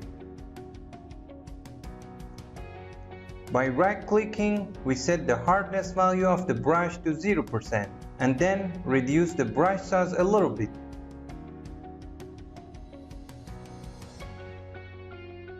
Now with the brush, lighten under the eyes. If you feel that it's too bright under the eyes, reduce the opacity a little bit. This would be the end result. Thanks for watching. In this video, we want to learn how to change the sky of a photo with just one click. For this purpose, from the Edit menu, select the Sky Replacement. Wait a few seconds for the processing. This section identifies the sky of the photo and replaces it with another photo. Note that this feature has been added to Photoshop in version 2021. From this section, you can select the default skies that are available in the program. Photoshop actually changes the sky and adapts the color and light to the environment. It even adds in places like water that need the reflection of the sky. To select a sky other than the default Photoshop skies, click on the gear icon, import skies, and then from images. In this section, we select our photo and finally press the open button to import. Now we can see the photo we added in this section and select it. The selected photo replaces the original photo. In this section, a series of other settings have been placed for you to make the sky more compatible with the original photo. Clicking the OK button applies the setting to the original photo. This would be the end result. Thanks for watching. In this video, we want to create this 3D effect. To select your subject, select the subject option from the select menu. Now use Ctrl J to copy this layer and remove the extra part with the eraser tool.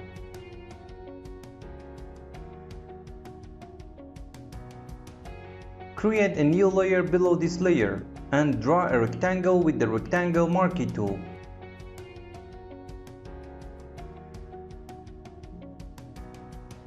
Hold down the Alt key and drag a square to deselect the inside. Now with the white color, press all backspace keys from the keyboard. Adjust the size and direction with the Ctrl T keys.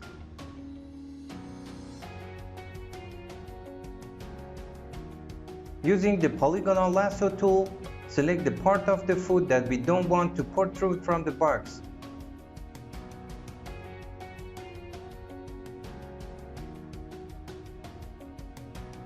Select the layer and press delete from the keyboard to delete it. In the box layer, select the inside of the box using the magic wand tool. Now hold down the Shift Ctrl key and click on the thumbnail of this layer to add it to inner layer of this box. In this step, we open an adjustment of black and white on the top layer. In this layer, press Ctrl I. In the last step, we make this leaf black and white with the brush tool and white color.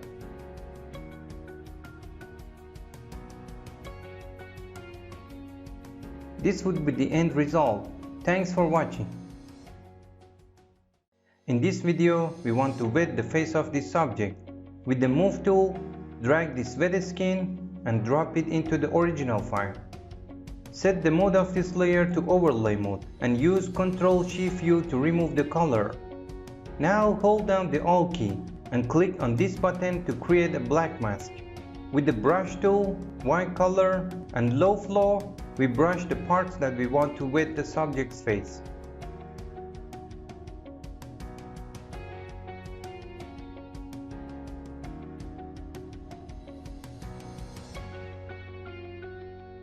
Open a curves adjustment. In the curves window, we lighten the light parts and darken the dark parts a bit.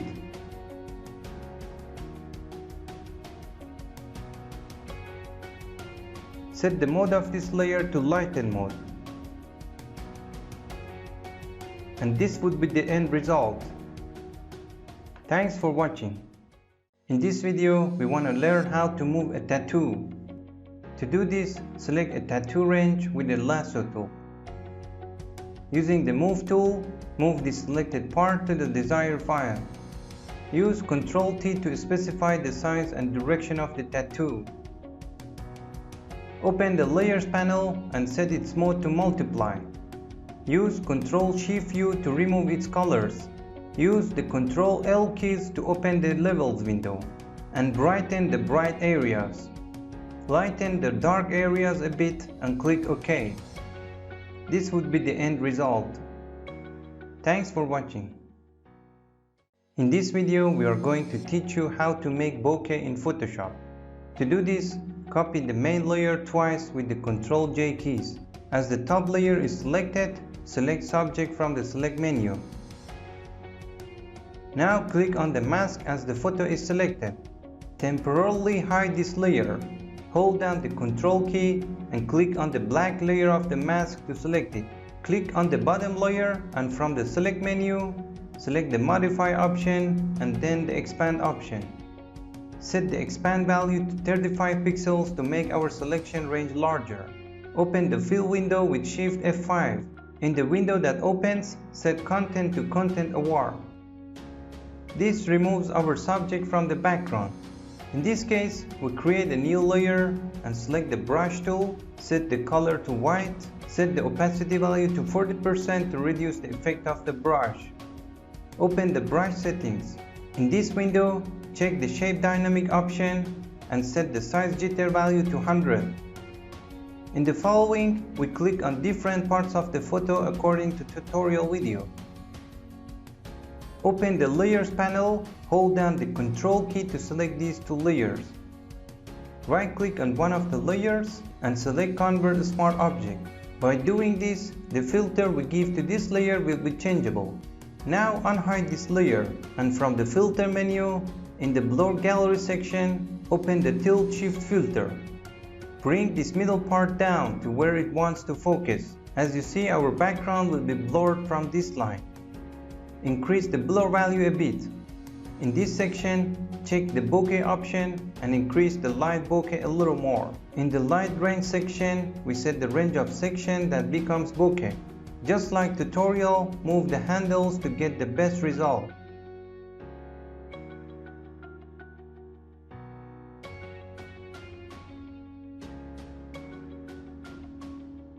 Finally, click OK.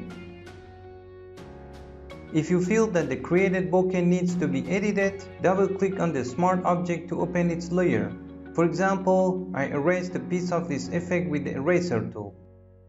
Finally, to save this file, press Ctrl+S to update our original file.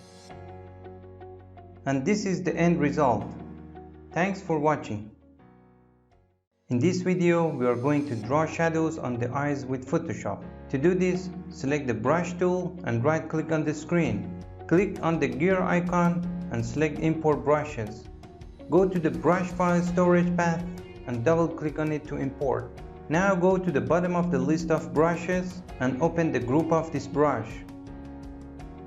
To see the shape of the brush individually, select the Brush Tip option from this section.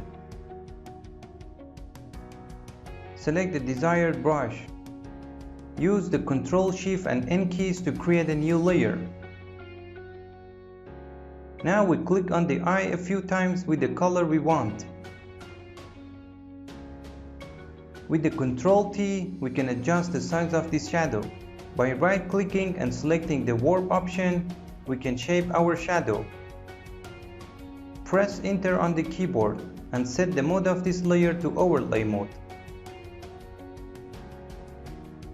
Use Ctrl J to make another copy of this layer and set the mode of this layer to multiply. Decrease the opacity to reduce the effect. Now select the two layers by holding down the Ctrl key and make a copy of it with Ctrl J keys. Press Ctrl T, right-click on the screen and select Flip Horizontal to reverse the direction of the copied layer. Now bring this part to the right eye and press the Enter key on the keyboard. This would be the end result. Thanks for watching.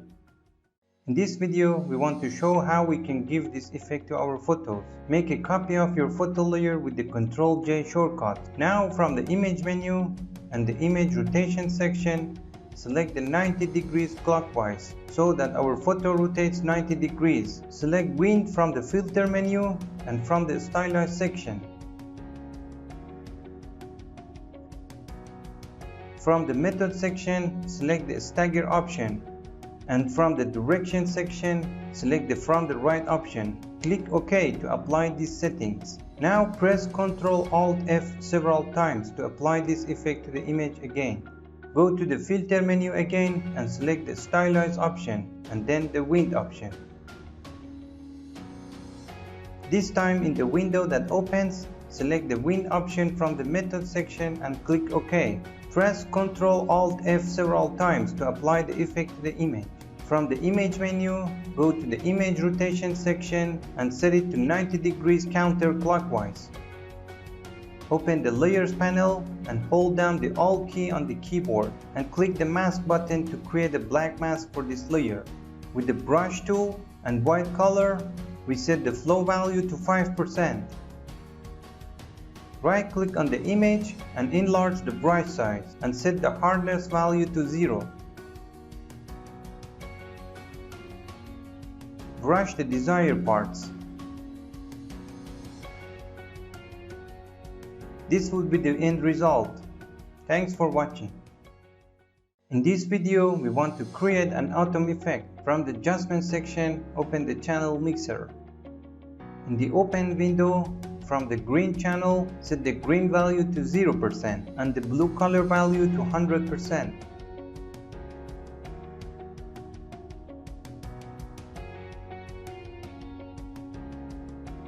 Change the position of the channel to blue, and this time set the value of blue to 0% and the value of green to 100%.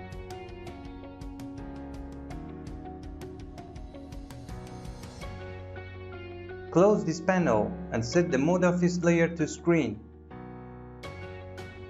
You will see the before and after image like this. To make our environment a little yellower and take an autumn effect, select Hue Saturation from the Adjustment section.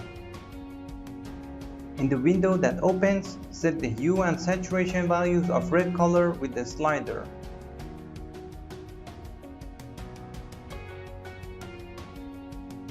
This would be the end result. Thanks for watching. In this video, you will learn how to stick text and design to clothes. Select the Text tool and write the desired text. Now select the Move tool and hit Ctrl T. Change the direction of the text a little and finally press Enter. Now, in order for the written text to take on the shape and wrinkles of the cloth, go to the Layers panel, right-click on it and select Duplicate Layer. In the box that opens, in the Document section, set it to New and finally click OK to go to the new file. In order to eliminate the noise on the clothes and not to affect our text, we select Blur Filter from the Filter menu and then Gaussian Blur. Here we give it a radius so that the noise disappears. Now press Ctrl-Shift-U to make our image black and white. Use Ctrl-Shift-S to open the Save As window and save it in PSD formats where we want our map file to be saved. go back to your main file and in the Layers panel, right-click on the text layer and select Convert to Smart Object to make it editable. From the Filter menu, from the Distort section, open the Displace filter and enter the values of 20 in both fields. Click OK and open the map file we already saved. You can see that the text wrinkles form on the clothes. To match the lights of the text with the clothes, double-click on the empty space of this layer. In the Underline layer section, drag the handle to the left to remove our text from the highlight section. Hold down Alt and break this handle so that the text is not sharp. Now we can separate these two handles. Click OK and decrease the opacity of this layer. This would be our final result. Thanks for watching. We want to see how we can do this skeleton photo montage. To do this, we first import our skeleton file into the image using the Move tool. In the Layers panel, decrease the opacity of this layer so we can work on it better. Now with Ctrl-T, we increase the size of the layer so that we can put it on the face. Press Enter and increase the opacity of this layer to 100%. From the Image menu, select the Adjustment menu and then Match Color. From the Source section, select the name of the file we are in. In the Layer section, select the name of the background layer. This adjustment actually matches the color and light of this layer with the color and light of the background layer. If necessary, you can change the settings in this section so that you can adjust the color and light. Now click OK. Hold down the Alt key and click on the mask to create a black mask for this layer. Select the brush tool and mask the places where we want to be skeletal with the white color and a larger size. To increase the accuracy of our work, we can reduce the amount of flow a bit and brush the parts that we want to be added. We do this on different other parts of the face to make this skeletal texture more visible. This would be our final result. Thanks for watching. We are going to implement this pixel destructive effect on this image. From the adjustment layers, open a solid color and select black. Bring the adjustment below the main layer. On this layer, with the select tool, we make a rectangle by holding the shift. Now hold down the Alt key and drag another square inside this square. From the Edit menu, click on the Define Brush preset option to turn this section into a brush. Open the brush settings from this section. In the brush tip shape section, increase the spacing to increase the distance between the brushes. And in the shape dynamic section, we increase the size jitter and angle jitter to increase the amount of irregularities in shapes and angle. Now in the scattering section, increase the scatter option to the end and increase its amount a little bit. Close this panel. Hold down the Alt key and click on Add a Mask button to create a black mask. Now we brush on the image with the help of the brush tool to create this image. This would be our final result. Thanks for watching. I want to teach you how to put this photo on the mug. Select the Quick Selection tool and select the front of the mug. We go into our design file and use the Move tool to bring it into the mug file. In the Layers panel, click on the Mask button and remove the link between the mask and the layer so that we can easily move between the layer and the mask. Now hit Ctrl-T and make the image a little bigger. Right click on the image and select Warp. From this part, select the Arc mode and decrease the bend value downwards so that it bends downwards. Now move this layer a little and adjust it with the edge of the mug. Put it in multiply mode and press Enter. Double click on the empty space of the layer. Hold Alt and move the highlight handle to the left to light up the right side of the mug. Click OK. And this would be our final result. Thanks for watching. We want to make such a real light for the headlights of this car. From this section, open a color lookup adjustment. From here, place it on night from day.cube to make our photo a little darker. Press Ctrl-Shift-N and after the new layer window opens, set the mode to color dodge. Check this so that our layer is filled with black. Then click OK.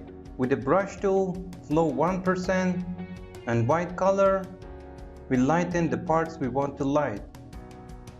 Brush the parts that receive light with the brush tool. Now we create a new layer again with the Ctrl Shift N keys, and this time we create halos of light. And this is the final result. Thanks for watching.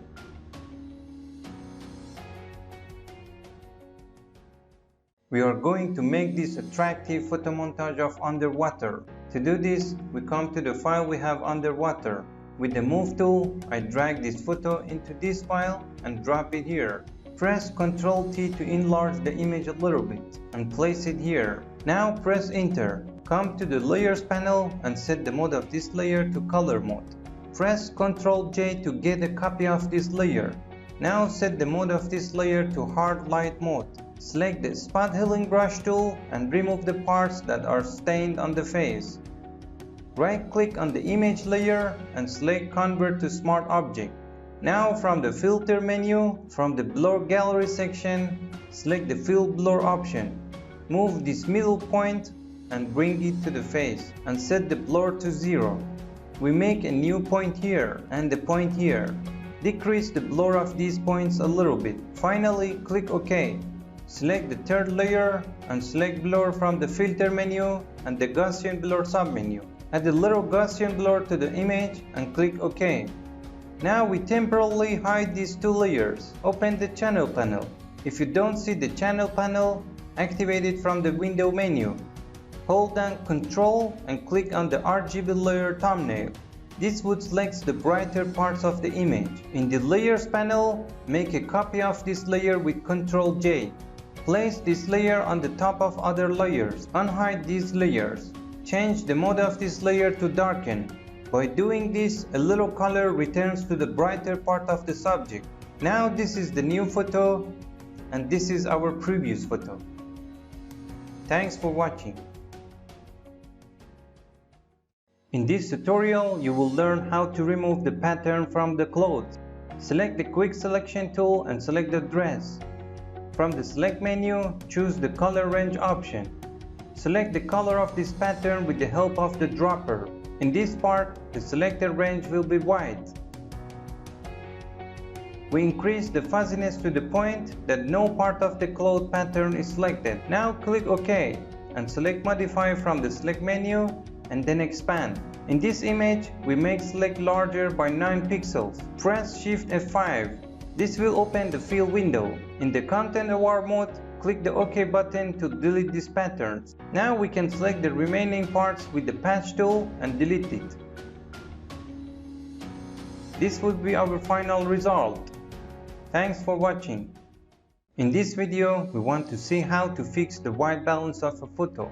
Go to the Layers panel and use Ctrl J to copy this layer. From the Filter menu, select Blur and then Average. In the Adjustment layer, click on Levels. From this section, select the middle dropper and click on the screen once. Dilute this layer. Now this is our final result. Thanks for watching. We are going to make this portrait melting effect. Use Ctrl J to copy this photo. Make the bottom layer black and white with Ctrl Shift U. Hide this layer. Use the Move tool to insert this image into this file. Decrease the opacity of this layer. Use the Ctrl T keys to enlarge this image. Enlarge it like the video and place it on the eyes. Remove the extra parts with the Eraser tool. Return opacity to its original state and unhide this layer. By holding Alt, click between these two layers to restrict them to the bottom layer. We create a mask on this layer. We choose black. Select the brush tool and set the flow to 1% and brush on these parts. Now select this layer and select brightness contrast from the adjustment section. Increase the brightness and decrease the contrast to match this part with our subject. Double click on the empty space of this layer.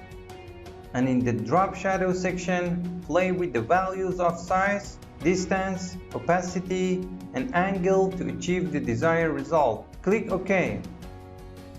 This would be the final result. Thanks for watching. In this video, we want to see how to create a white border around our subject. To do this, select the subject option from the select menu. We can do this with other select tool as well. Inside the layers panel, click the mask button to make this part mask.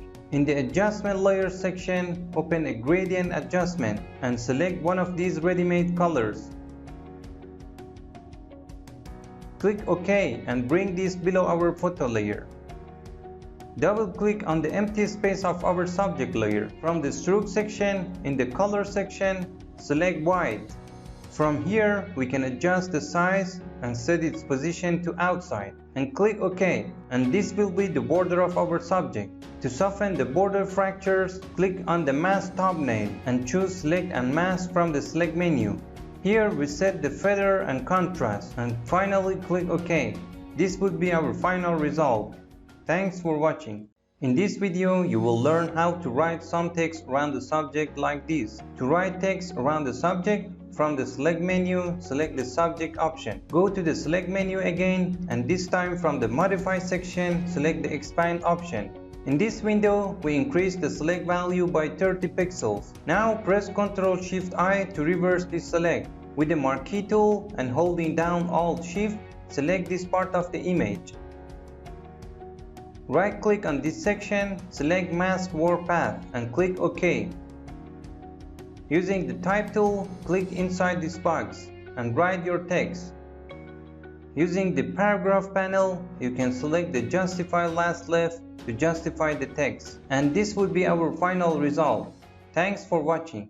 In this video, we are going to make this photo scan. From the crop section, select the perspective crop tool and click on one of the corners of this photo. We put the next point on the next corner and do it on the third and fourth corners. You can zoom in on the screen with Ctrl+ keys and move the parts that need to be edited. Now press enter and our photo will be cropped. Press Ctrl+L to open the levels window. In this adjustment, we drag the highlight handle to the left to make the bright parts lighter, and we drag the shadow handles to the dark area, which becomes darker. We do this to get better print quality. Click OK.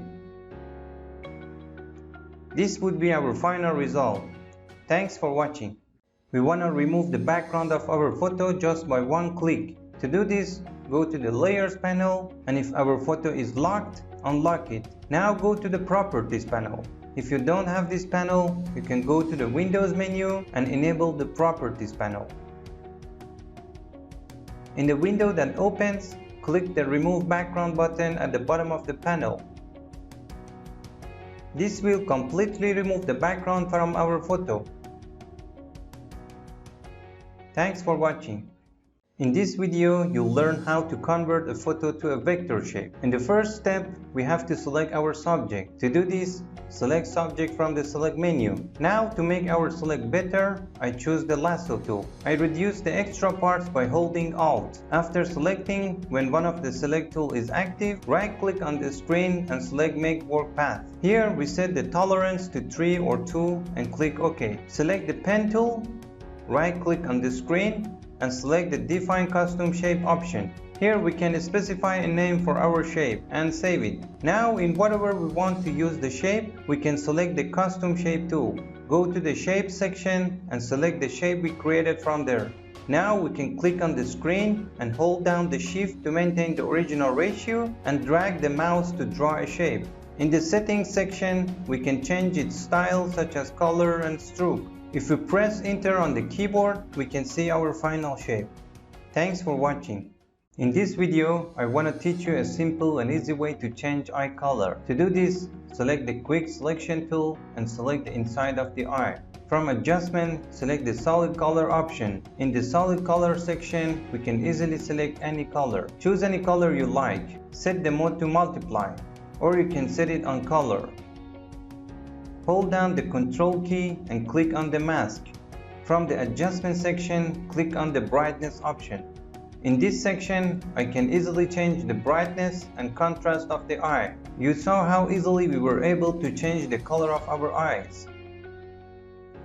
This is the end result. Thanks for watching. First of all, I want to show you how to assemble the tools manually. There is a 3 dots in this corner that we click on and the Edit toolbar opens. In this window, we can arrange the tools in any way we like. For example, I drag the artboard tool and drop it in the extra tool section. As you can see, it was removed from this section. Scroll the window a little bit. I don't want the frame tool. Drag it and drop it here. Depending on your desire, you can put it in any way, or even change their category. For example, bring brush in this category. Whenever you feel that the toolbar is not similar to the one we set up, click the Restore Default buttons to return to its original settings. One thing you can do is customize the packaging. For example, I never use these two, so I delete it. I don't use this, and we will delete this one as well. Now we save these settings. Whenever there is a problem from the toolbar, hit the 3-point tool and click the Restore Default button to return to its original state. Now I want to tell you about the zoom tool. You don't need to click on the zoom tool. Just press Ctrl space to change the mode to the magnifying tool. As this tool is selected, our image will be zoomed by clicking the mouse. And if we release these two keys, it will return to the previous tool that was selected. For example, if we work with the brush tool and then press Ctrl space and zoom in on the desired area and release the shortcuts, the Photoshop goes back to the brush we were working with.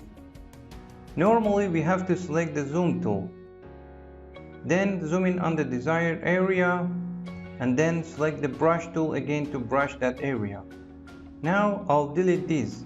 By Ctrl Z, we can return to the previous step. The zoom tool has another shortcut. You can zoom in by holding down the Ctrl+ keys and zoom out using Ctrl- keys. When you go to the toolbar, all the tools are available with their shortcuts. As you can see all the shortcuts.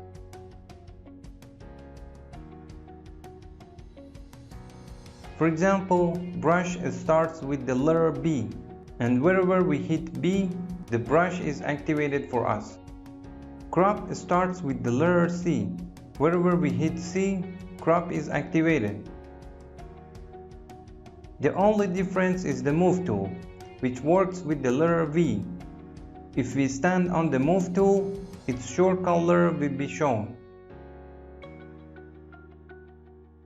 Therefore, when using the tools, it is better to use the shortcut keys to reach our goal faster. I want to tell you a technique about hand tool that many friends do not know and often do it by mistake. Let me explain it with an example. First of all, we zoom in on this person's face and hit the spot button and retouch his face. Suppose you want to work on person's hand. So the mistakes that many people make it to hold down the space button on the keyboard and drag it with the hand tool to reach the person's hand. This method is wrong and takes a long time. The easiest way is to hold down the H key from the keyboard and rectangle will appear by clicking and holding the mouse. Move this rectangle to the area you want to zoom in and release the mouse and the H key from the keyboard. This way the zooming process becomes much faster. Suppose I chose the spot healing brush tool and I want to remove the pimples on the person's face. Now I want to move on the image and work on the person's hand. Hold down the H button, click and hold until this rectangle appears. As you hold down the H button and the mouse, move the mouse to the desired area and release the H button from the keyboard and the mouse. You can see that it moves very easily. If you wanted to use a wrong method, you would have to spend a lot longer to get the person's face. The right method is to hold down the H, click and hold down the mouse, move the mouse to the desired area and release the H key and the mouse. Very easy. Sometimes we have two photos and we want to compare. Some friends do this and compare both photos. Zoom in on this separately and zoom in separately on the other. But there is a better way to do this. First, we return both photos to the normal mode. To do this, from the window menu, select the Arrange option and click on the one of the desired option. I choose this one. These two images were easily put together. Now if I pick the zoom tool, I can easily zoom in on this image, as well as the side image. The point I want to mention is that by activating the Zoom All Windows option, we can zoom in on the both images at the same time, just like the tutorial video.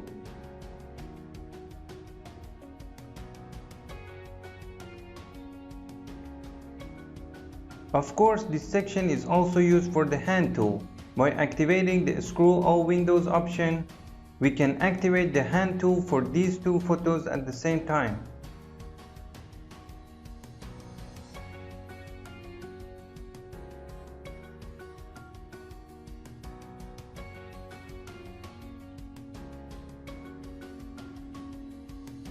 We have a tool that activates with R and rotates the image for us to dominate the work.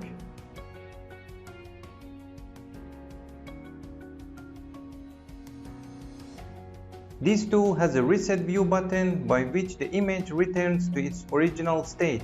Like the other tools, we can rotate both our photos by activating the Rotate All Windows checkbox.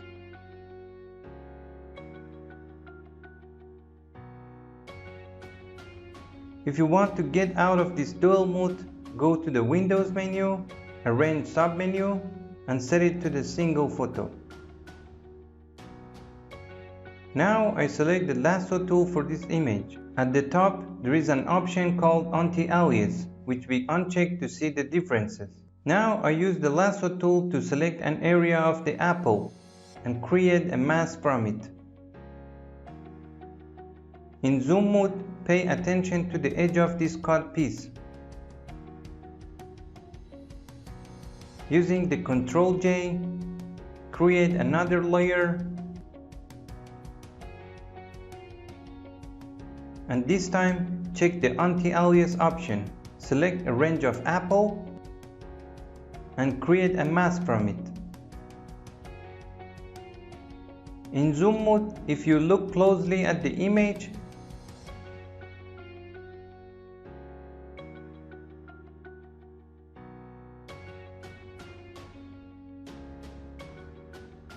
you can see that the apple slice, which had the anti-alias option enabled, its edge have become much softer. You can also soften the edges with the feather option. Now I set its value to 5 and make a mask from it. Look at the differences. This is without anti-alias, this with anti-alias enabled, and finally this one with feather enabled. It's up to you to decide how you want to use it. I personally don't use the feather option. In this image, select the magic wand tool and set the tolerance value to 0 from the top. You see, it chooses a very small range for us. Now we change that to 1. I set it to 10. You can see that it chooses a wider range of colors. You need to control how much color you want to select.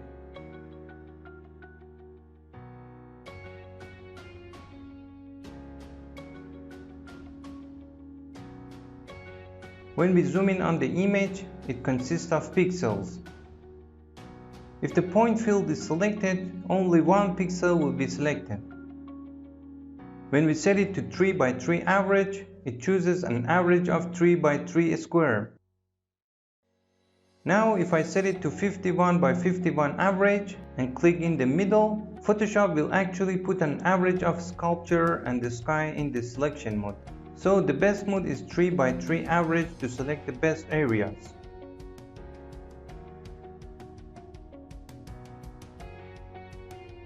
In this example, I want to tell you about Edge Enhance.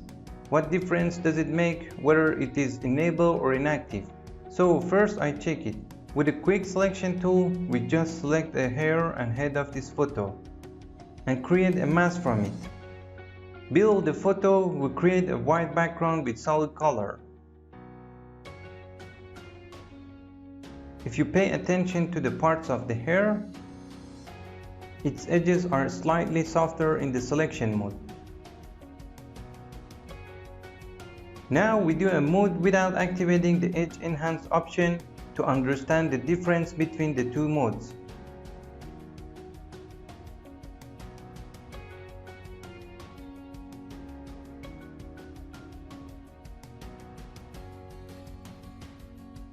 As you can see, the edges of this photo are slightly sharper than the previous photo.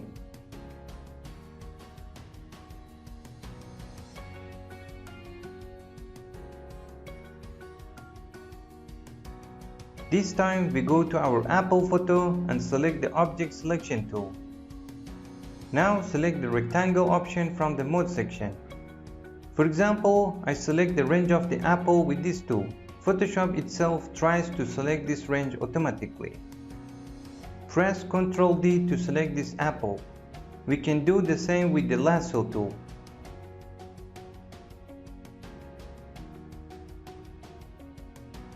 You can see that the previous checkbox is also here to soften its edges for us.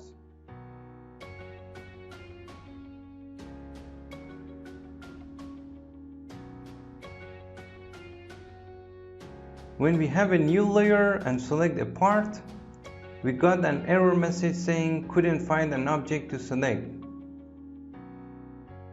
But if we check the Sample All Layers option, no matter how many layers we have, we will be able to select the object. In simpler terms, this checkbox causes samples to be taken from all layers. In the case of crop, be sure to uncheck this box. For example, if we crop this image and this option is enabled, and we want to return to the previous state, it will delete the rest of the pixels. But if we uncheck, we can have more control over our crop.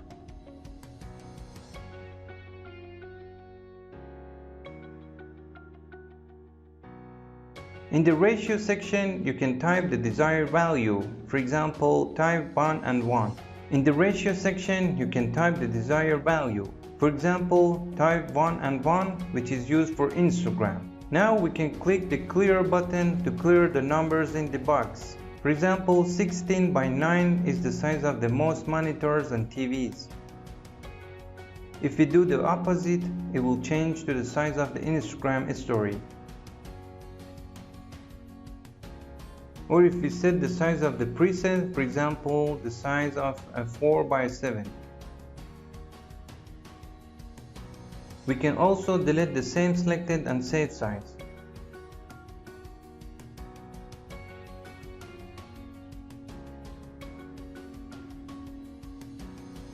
If the WH resolution field is selected, we can specify our desired size by entering the desired numbers. One of the usage of this part is you want to design a Facebook cover with a specific length and width, which can be done by this tool.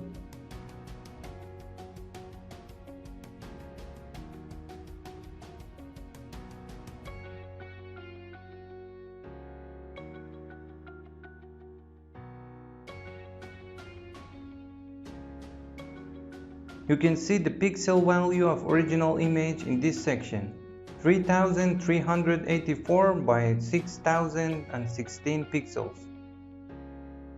So we repeat this once again. Select the crop tool and enter 1000 pixel by 1000 pixel in the box this time.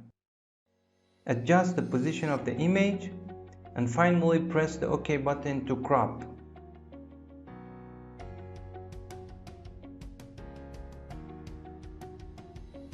This is a tool that is very useful in crop.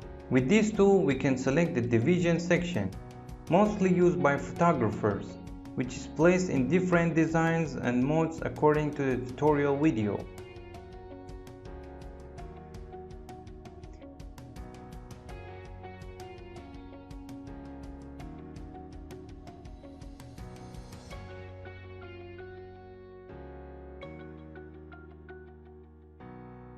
If the content aware checkbox is enabled, if the corner of the image is empty, Photoshop will fill it automatically. I will do this again to get more familiar with the process of this option. In the brush tool, there is an option in the form of a butterfly, which we select the mandala mode according to the tutorial and put it on the screen.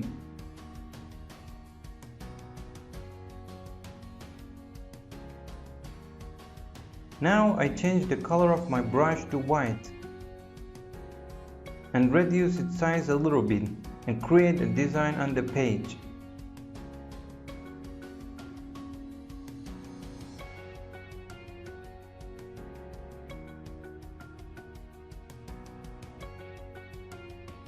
Well, in the spot healing tool we have three parts. If content aware is selected and we want to remove this pimple with the spot healing tool, Photoshop itself does this using artificial intelligence. The create texture option actually inserts a texture, which is very useless tool and I don't recommend it.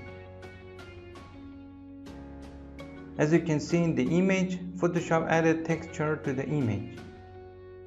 I will explain the use of proximity match tool. For example, if we want to clear a range, it selects from the closest range. Now I click above the eye. You can see that it selects a range from the eyebrow section and replace it. If I retouch a part of the facial skin with this tool, you will see that it damaged the appearance of the skin. In my opinion, the best option is content aware that is used.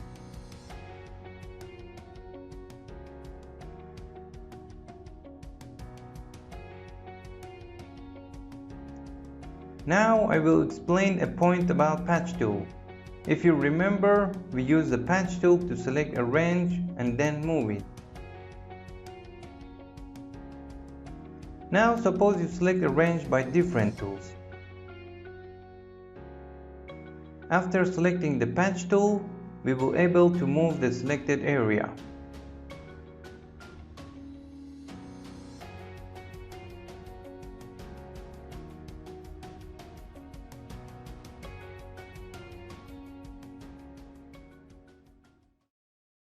When we zoom in on the image and want to move between its different parts, we use the hand tool. These two squares are used to create color. By hitting this arrow, you can switch between background and foreground color. By pressing the mask button and selecting brush, we can mask a range. For example, I paint the girl and the road.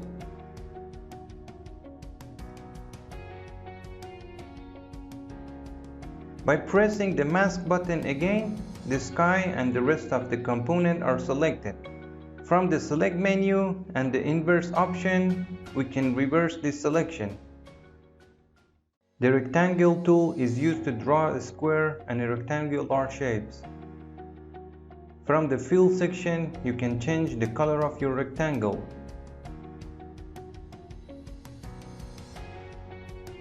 Or you can thicken the stroke. Or set it as a dot line. With this point, you can also increase or decrease the roundness of the rectangle, or even change the gradient. You can do this for other shapes as well.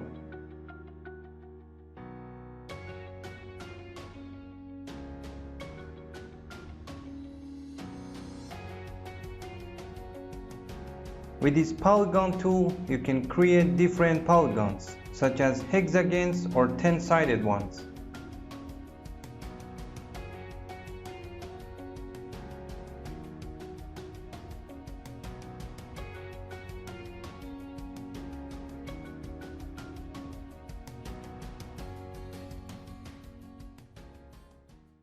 The next tool is the horizontal type tool, which is used for writing in Photoshop.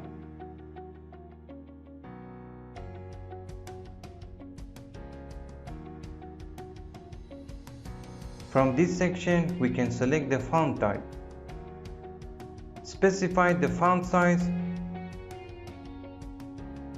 change its color, and finally click OK for final approval. The next tool is the vertical type tool, which will make the text structure in Photoshop vertical.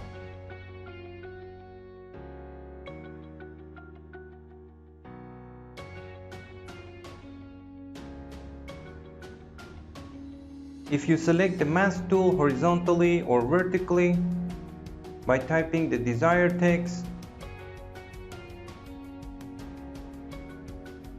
and clicking the confirm button, it will change to selection mode.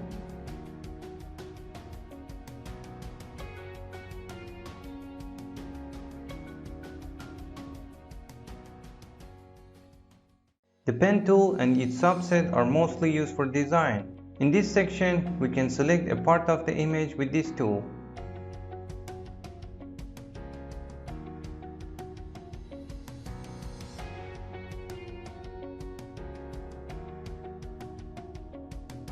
Right-click on it and select Make Selection. Drop a color inside the selected area.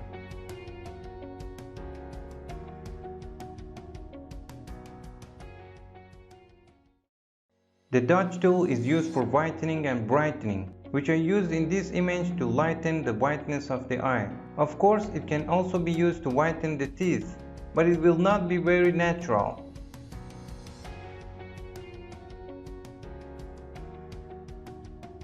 The burn tool works the opposite of dodge tool and is used to dim the light. For example, we adjust the amount of light inside the peephole.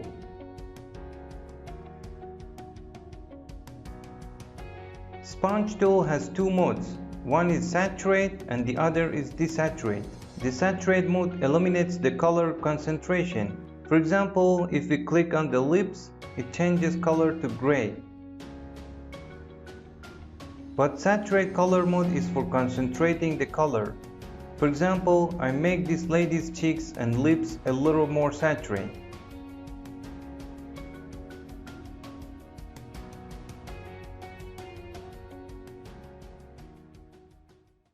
This blur tool is used to blur an area. For example, I blurred this part of the hair. Of course, it can also be used for the skin, but the end result will not be good. From here, you can adjust the amount of blur. The higher the number, the greater the amount of blur. Sharpen tool is used for sharpening and polishing. For example, press Ctrl J to copy this photo. Perform sharpen operation on the eyes and lips of this lady.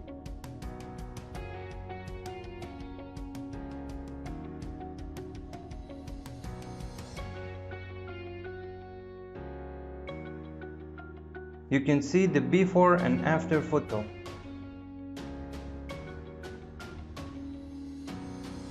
The smudge tool is used for blurring, but in a small way, which you can use on this lady's hair.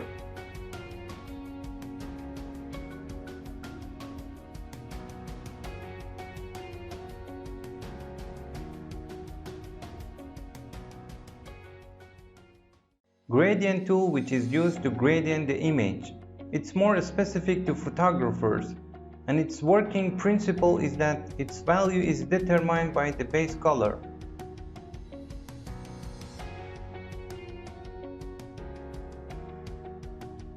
You can also use other colors from inside the library. I can use this color and put a filter on it. This gradient is placed in different shapes for different applications.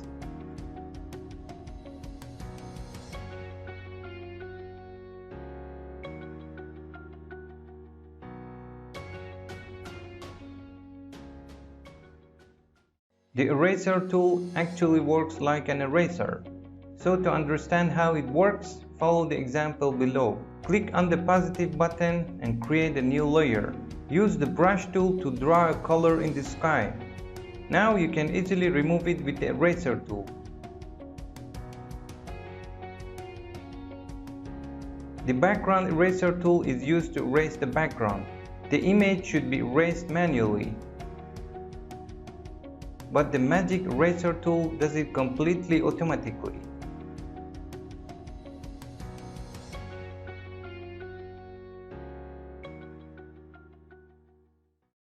This tool actually returns everything to its original position, which means by dragging this tool in the change area, it returns to its original position, according to the video tutorial.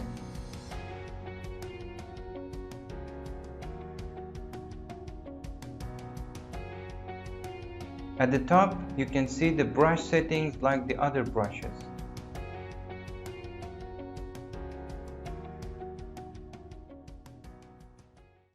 Our next tool is the clone stamp tool. You can hold down the Alt key and click. Go to your desired area and click. Photoshop actually replaced the pixels in this area. As shown in the video, it shows us which area to replace with which area, and we did it easily this way. Another thing that can be done on the skin of the face is to replace the parts we want with this method, or to use it to replace the hair.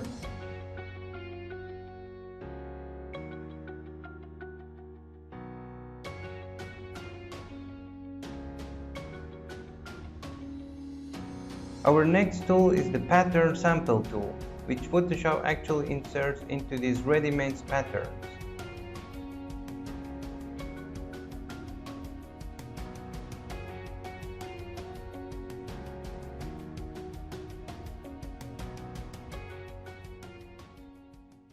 Our next tool, the brush tool, is one of the most important tools in Photoshop. With a brush, we can actually paint. In the smooth brush, as you can see in the video, the area around it is smooth and soft. This is the settings where you can download different brushes, or use these ready-made brushes that are in different sizes, or you can change its size and hardness. But the hard brush is much thicker. One of the applications of this tool is painting. For example, we create the top layer of our photo with solid color and change its color to green. Set the mode to multiply.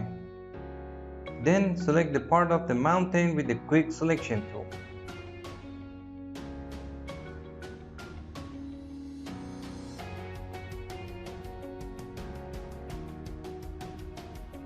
Now click on the white part.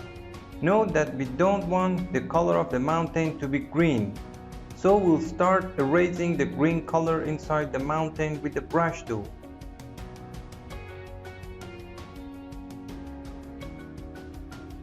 Here you can increase or decrease the opacity of your brush.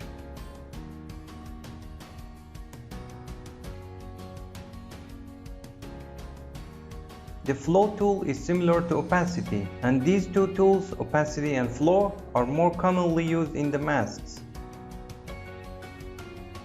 The pencil tool is similar to the brush tool, but with a smaller dimension and size. With the color replacement tool, we can change the desired color without selecting the range. For example, in this logo, I can change the color of the letters with this tool.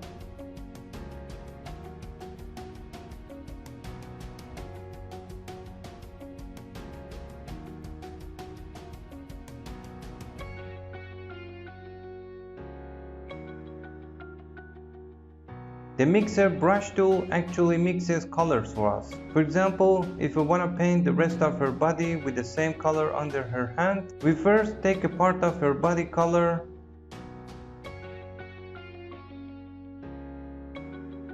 then gently change its color with the mixer brush tool.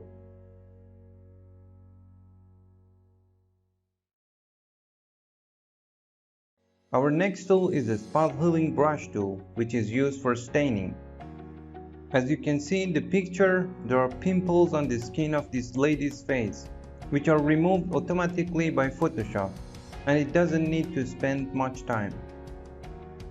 I can even remove the nasal line with this method. To be able to remove excess hair on this lady's face, we can use the healing brush tool. The way this tool works is that by holding down the Alt key, it copies the pixels information of the area, and we will be able to easily remove the extra hair. As you can see, we were able to remove the excess hair much better. We can also remove other parts such as the back of the lips that contain extra hair by the same method. The next tool is the patch tool, which we can select this part of the hair, for example, and copy it by moving it here. Once again, I repeat this to make you more familiar with the process of this tool. For example, in this photo we can do the same.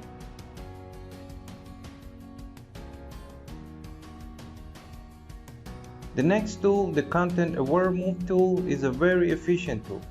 By selecting this lady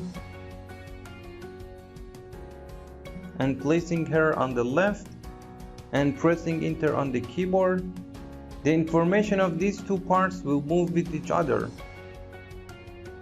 Or for example, I will move this shadow with the side of the road. The next tool is the red eye tool, which is used for photos that are flashed and the pupil is red. To use the tool, just click inside the eye, like the tutorial video, to eliminate redness of the eye. With the eyedropper tool, you can select the color range, so that we can use the desired color in the project. Or pick the color code, or use the color data of the selected color. If you pay attention to the sample size section, you can select a 3x3 or 5x5 pixels and so on, and choose the color of our range. The 3D tool is used for 3D material, which we have nothing to do with it in this section. The color sampler tool opens a box dialog that indicates what the specification of this color are. Now we add another dot to display the specification of this color. One of the application of this color is for a photo whose colors are close to each other. Next tool is the ruler tool. By dragging this tool on the image, Photoshop shows us all the specification of this line drawn on this section. The next tool is the node tool.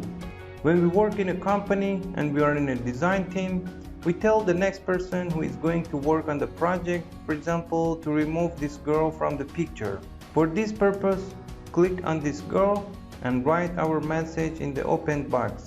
In this case, if we click on the created note, the written message will be displayed for us.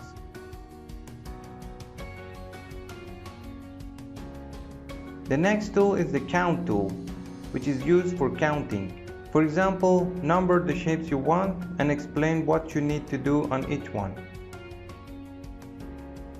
Now, for example, I can change the color here. Also apply its size and save these changes in the project.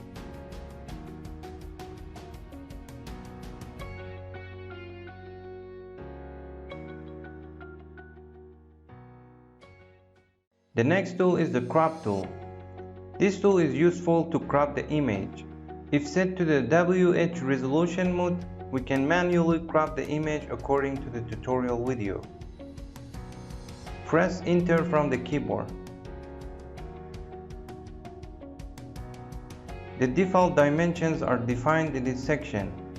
For example, when we set it to 1:1, it crops the image to Instagram square size. If we set it to 4:5, it crops to Instagram portrait size. You can also save a custom size as a preset. To do this, click on the new crop preset button. Enter a name for your preset and click OK. Crop the image and press enter on your keyboard. If you go back to this section, you will see the save preset. You can also delete this by clicking the delete crop preset option. The next tool is the perspective crop tool. This tool can crop any area of the image as perspective. To do this, select a part of the image and after these points appear, move them as desired to create a perspective mode. Then press enter. You can see that the image is cropped based on the perspective angle we created.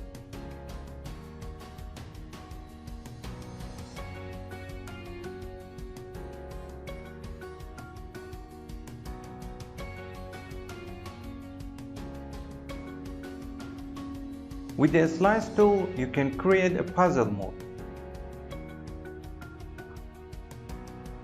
This is how you select a part. Hold down the Shift key and select another part. This tool is more useful for those who want to use puzzle-like mode to design a web page and is rarely used in Photoshop projects. With the next tool, the Slice Select tool, you can also move these puzzles that you created on the photo. Our next tool is the Quick Selection tool, which is a very efficient tool. I increase its size. You can increase its size or increase or decrease its hardness from this section. When I drag, it uses the color method to select. It selects the part where there is a blue color scheme. Now it has selected this part of the mountain. Hold down the Alt key on the keyboard and click on these parts. It will deselect the selected parts.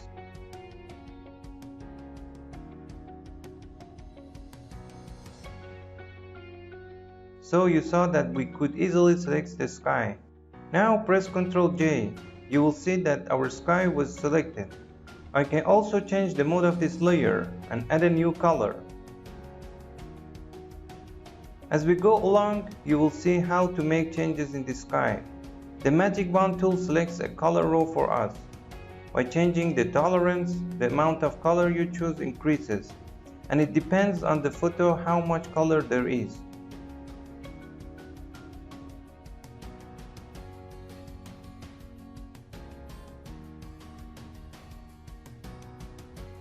Using the Object Selection tool, we select a part of the image.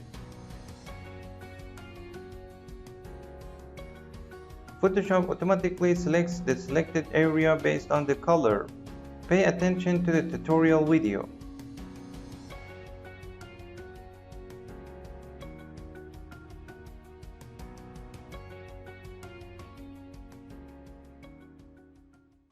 Hello and thank you for purchasing this training course. Please remember to fully learn and understand the topics. You need to practice several times to speed up your work in Photoshop. Once you know each tool and determine where to use it, your speed will be greatly increased.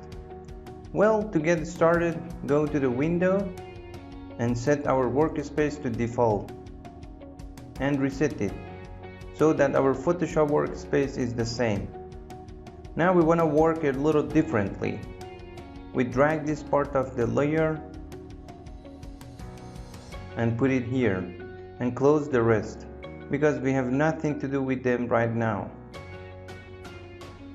Our first tool is the Move tool, which is one of the most widely used tools in Photoshop. For example, we can open the lock layer with it. The photo can be in any size, it doesn't matter. By clicking and holding the mouse on this tool, and the next tool, the artboard tool, is displayed. Now I draw a part on the picture. An artboard opens for me. By pressing the plus keys, you will see more artboards will open for you. This tool is most effective for those who use Illustrator and plan to put several photos together in one project. So we have nothing to do with this part and we will close it. Hello, my name is Amin. I'm a professional graphic designer and animator with more than 10 years of experience. In this course, I'm going to teach you Adobe Photoshop in less than 3 hours. In the first chapter, Photoshop tools are explained. In this chapter, you will learn how, when, and where to use each tool. In this training course, additional topics will not be discussed, and you can learn Photoshop in shortest possible time. In the next chapter, I teach you some tips and tricks that I personally use when I'm working with Photoshop. In the next chapter, practical projects will begin. You're familiar with Photoshop tools, you know all the tricks to speed up your job, and now it's time to do practical projects. Projects have no specific order, and each of them is independent, and start from 0 to 100% in the shortest possible time. You will learn a simple and easy way to change eye color, convert photos to vector shapes, remove the background, convert photo to scan mode, writing text around the subject, make a white stroke around the subject, make this portrait melting effect. Fix white balance of a photo. Remove pattern from cloth. Make this attractive photo montage of underwater. Create real lights in Photoshop. Put a photo on the mark. Make pixel distraction effect. Make a skeleton photo montage. Stick text and design to clothes. Create an atom effect. Make this attractive effect. Draw shadows on the eyes. Make bokeh in Photoshop. How to move a tattoo. Make wet the face of this subject, creating this 3D effect. Change the sky of a photo with just one click. Eliminate the dimple under the eye in a very simple way. Turn your paper signature into digital signature, creating this effect. Create this effect in Photoshop. How to create this effect to our image. Change the texture and color of the eyes, creating the rain glass effect, making this light effect. Make lipstick with Photoshop. Make shadow under the product. Lighten the part of the face that has been darkened. Turn a photo into a painting. Transfer the color of one part of the photo to another part. Blur the back of our photo. Give this pink effect to our nature. Retouch men's hair. Learn the fastest way to move face acne in Photoshop. How to strengthen skin color. How to do frequency retouching. How to lighten the eyes. Make an attractive effect on portrait photos. Create freckles in Photoshop. Change yellow teeth to white teeth. Remove light on the face. How to give an attractive effect to our photos. Correct the light and color of images automatically. Remove facial wrinkles. How to get rid of dandruff. Correct the color banding in photos. How to do a nice typography on face. Turn day into night. Bring animated steam to our coffee or tea. Create reflection of object in Photoshop. How to enlarge a photo without changing its appearance. How to get a tattoo. Turn summer into spring, autumn, and winter. Turn black clothes into white. Create color effect with a gradient. Adjust the light and color of an image. Transfer the color of one image to another. Move your subject as fast as possible. Draw a dashed line in Photoshop. Make our photos cinematic. How to find the center of an image. Remove a person from the image. How to do a quick lighting with Photoshop. Change the background color in a simple way. Create this attractive effect in Photoshop. Retouch golden skin. The easiest lighting in Photoshop. Create this magical flower effect. Move a subject from one place to another. Create a shaded text. Remove the water background. How to change clothes color. Remove an extra person in the photo. How to stretch a photo. How to do a magical crop. How to do a magical color lighting. Remove curtain wrinkles. Add sunlight to our image. Change the white background of a photo. Correct the light and color of a photo. Create muter showers. Create a perspective design on a box or package, and much more. Over time, I will add more projects to this course. I'll see you inside. In this section, we want to talk about the selection tool. The first tool is the rectangular marquee tool. By selecting this tool, we can select an area of the image, like the video tutorial. Now, by holding Shift from the keyboard, it selects a square area for us. With the Move tool, we can move our image as it's selected. Or by pressing the Ctrl-J keys on the keyboard, separate the selected area and place it on a new layer.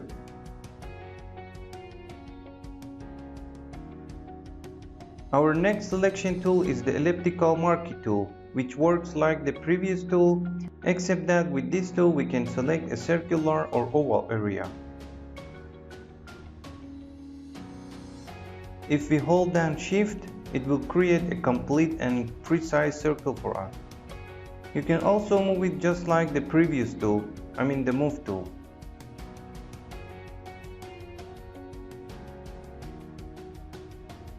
The next selection tool is the single row marquee tool.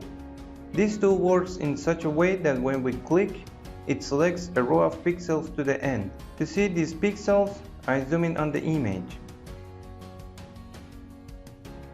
Right-click on the image and select Fit on the screen.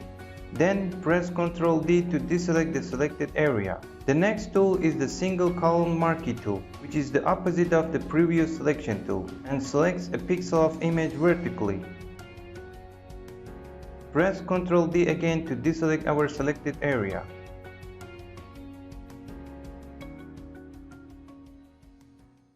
Our next tool is the lasso tool, which means it gives me the ability to select the image of this lady in any way I want.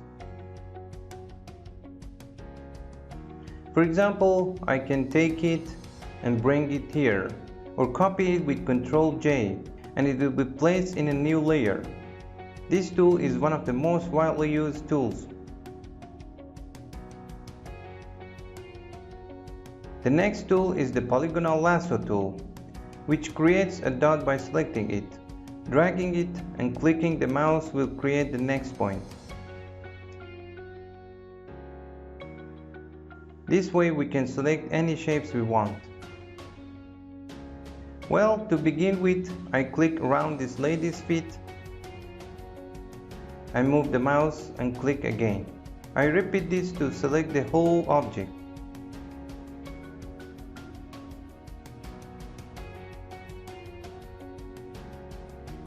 The next tool is the magnetic lasso tool, which is an interesting tool and selects an object based on the brightness and darkness of the colors.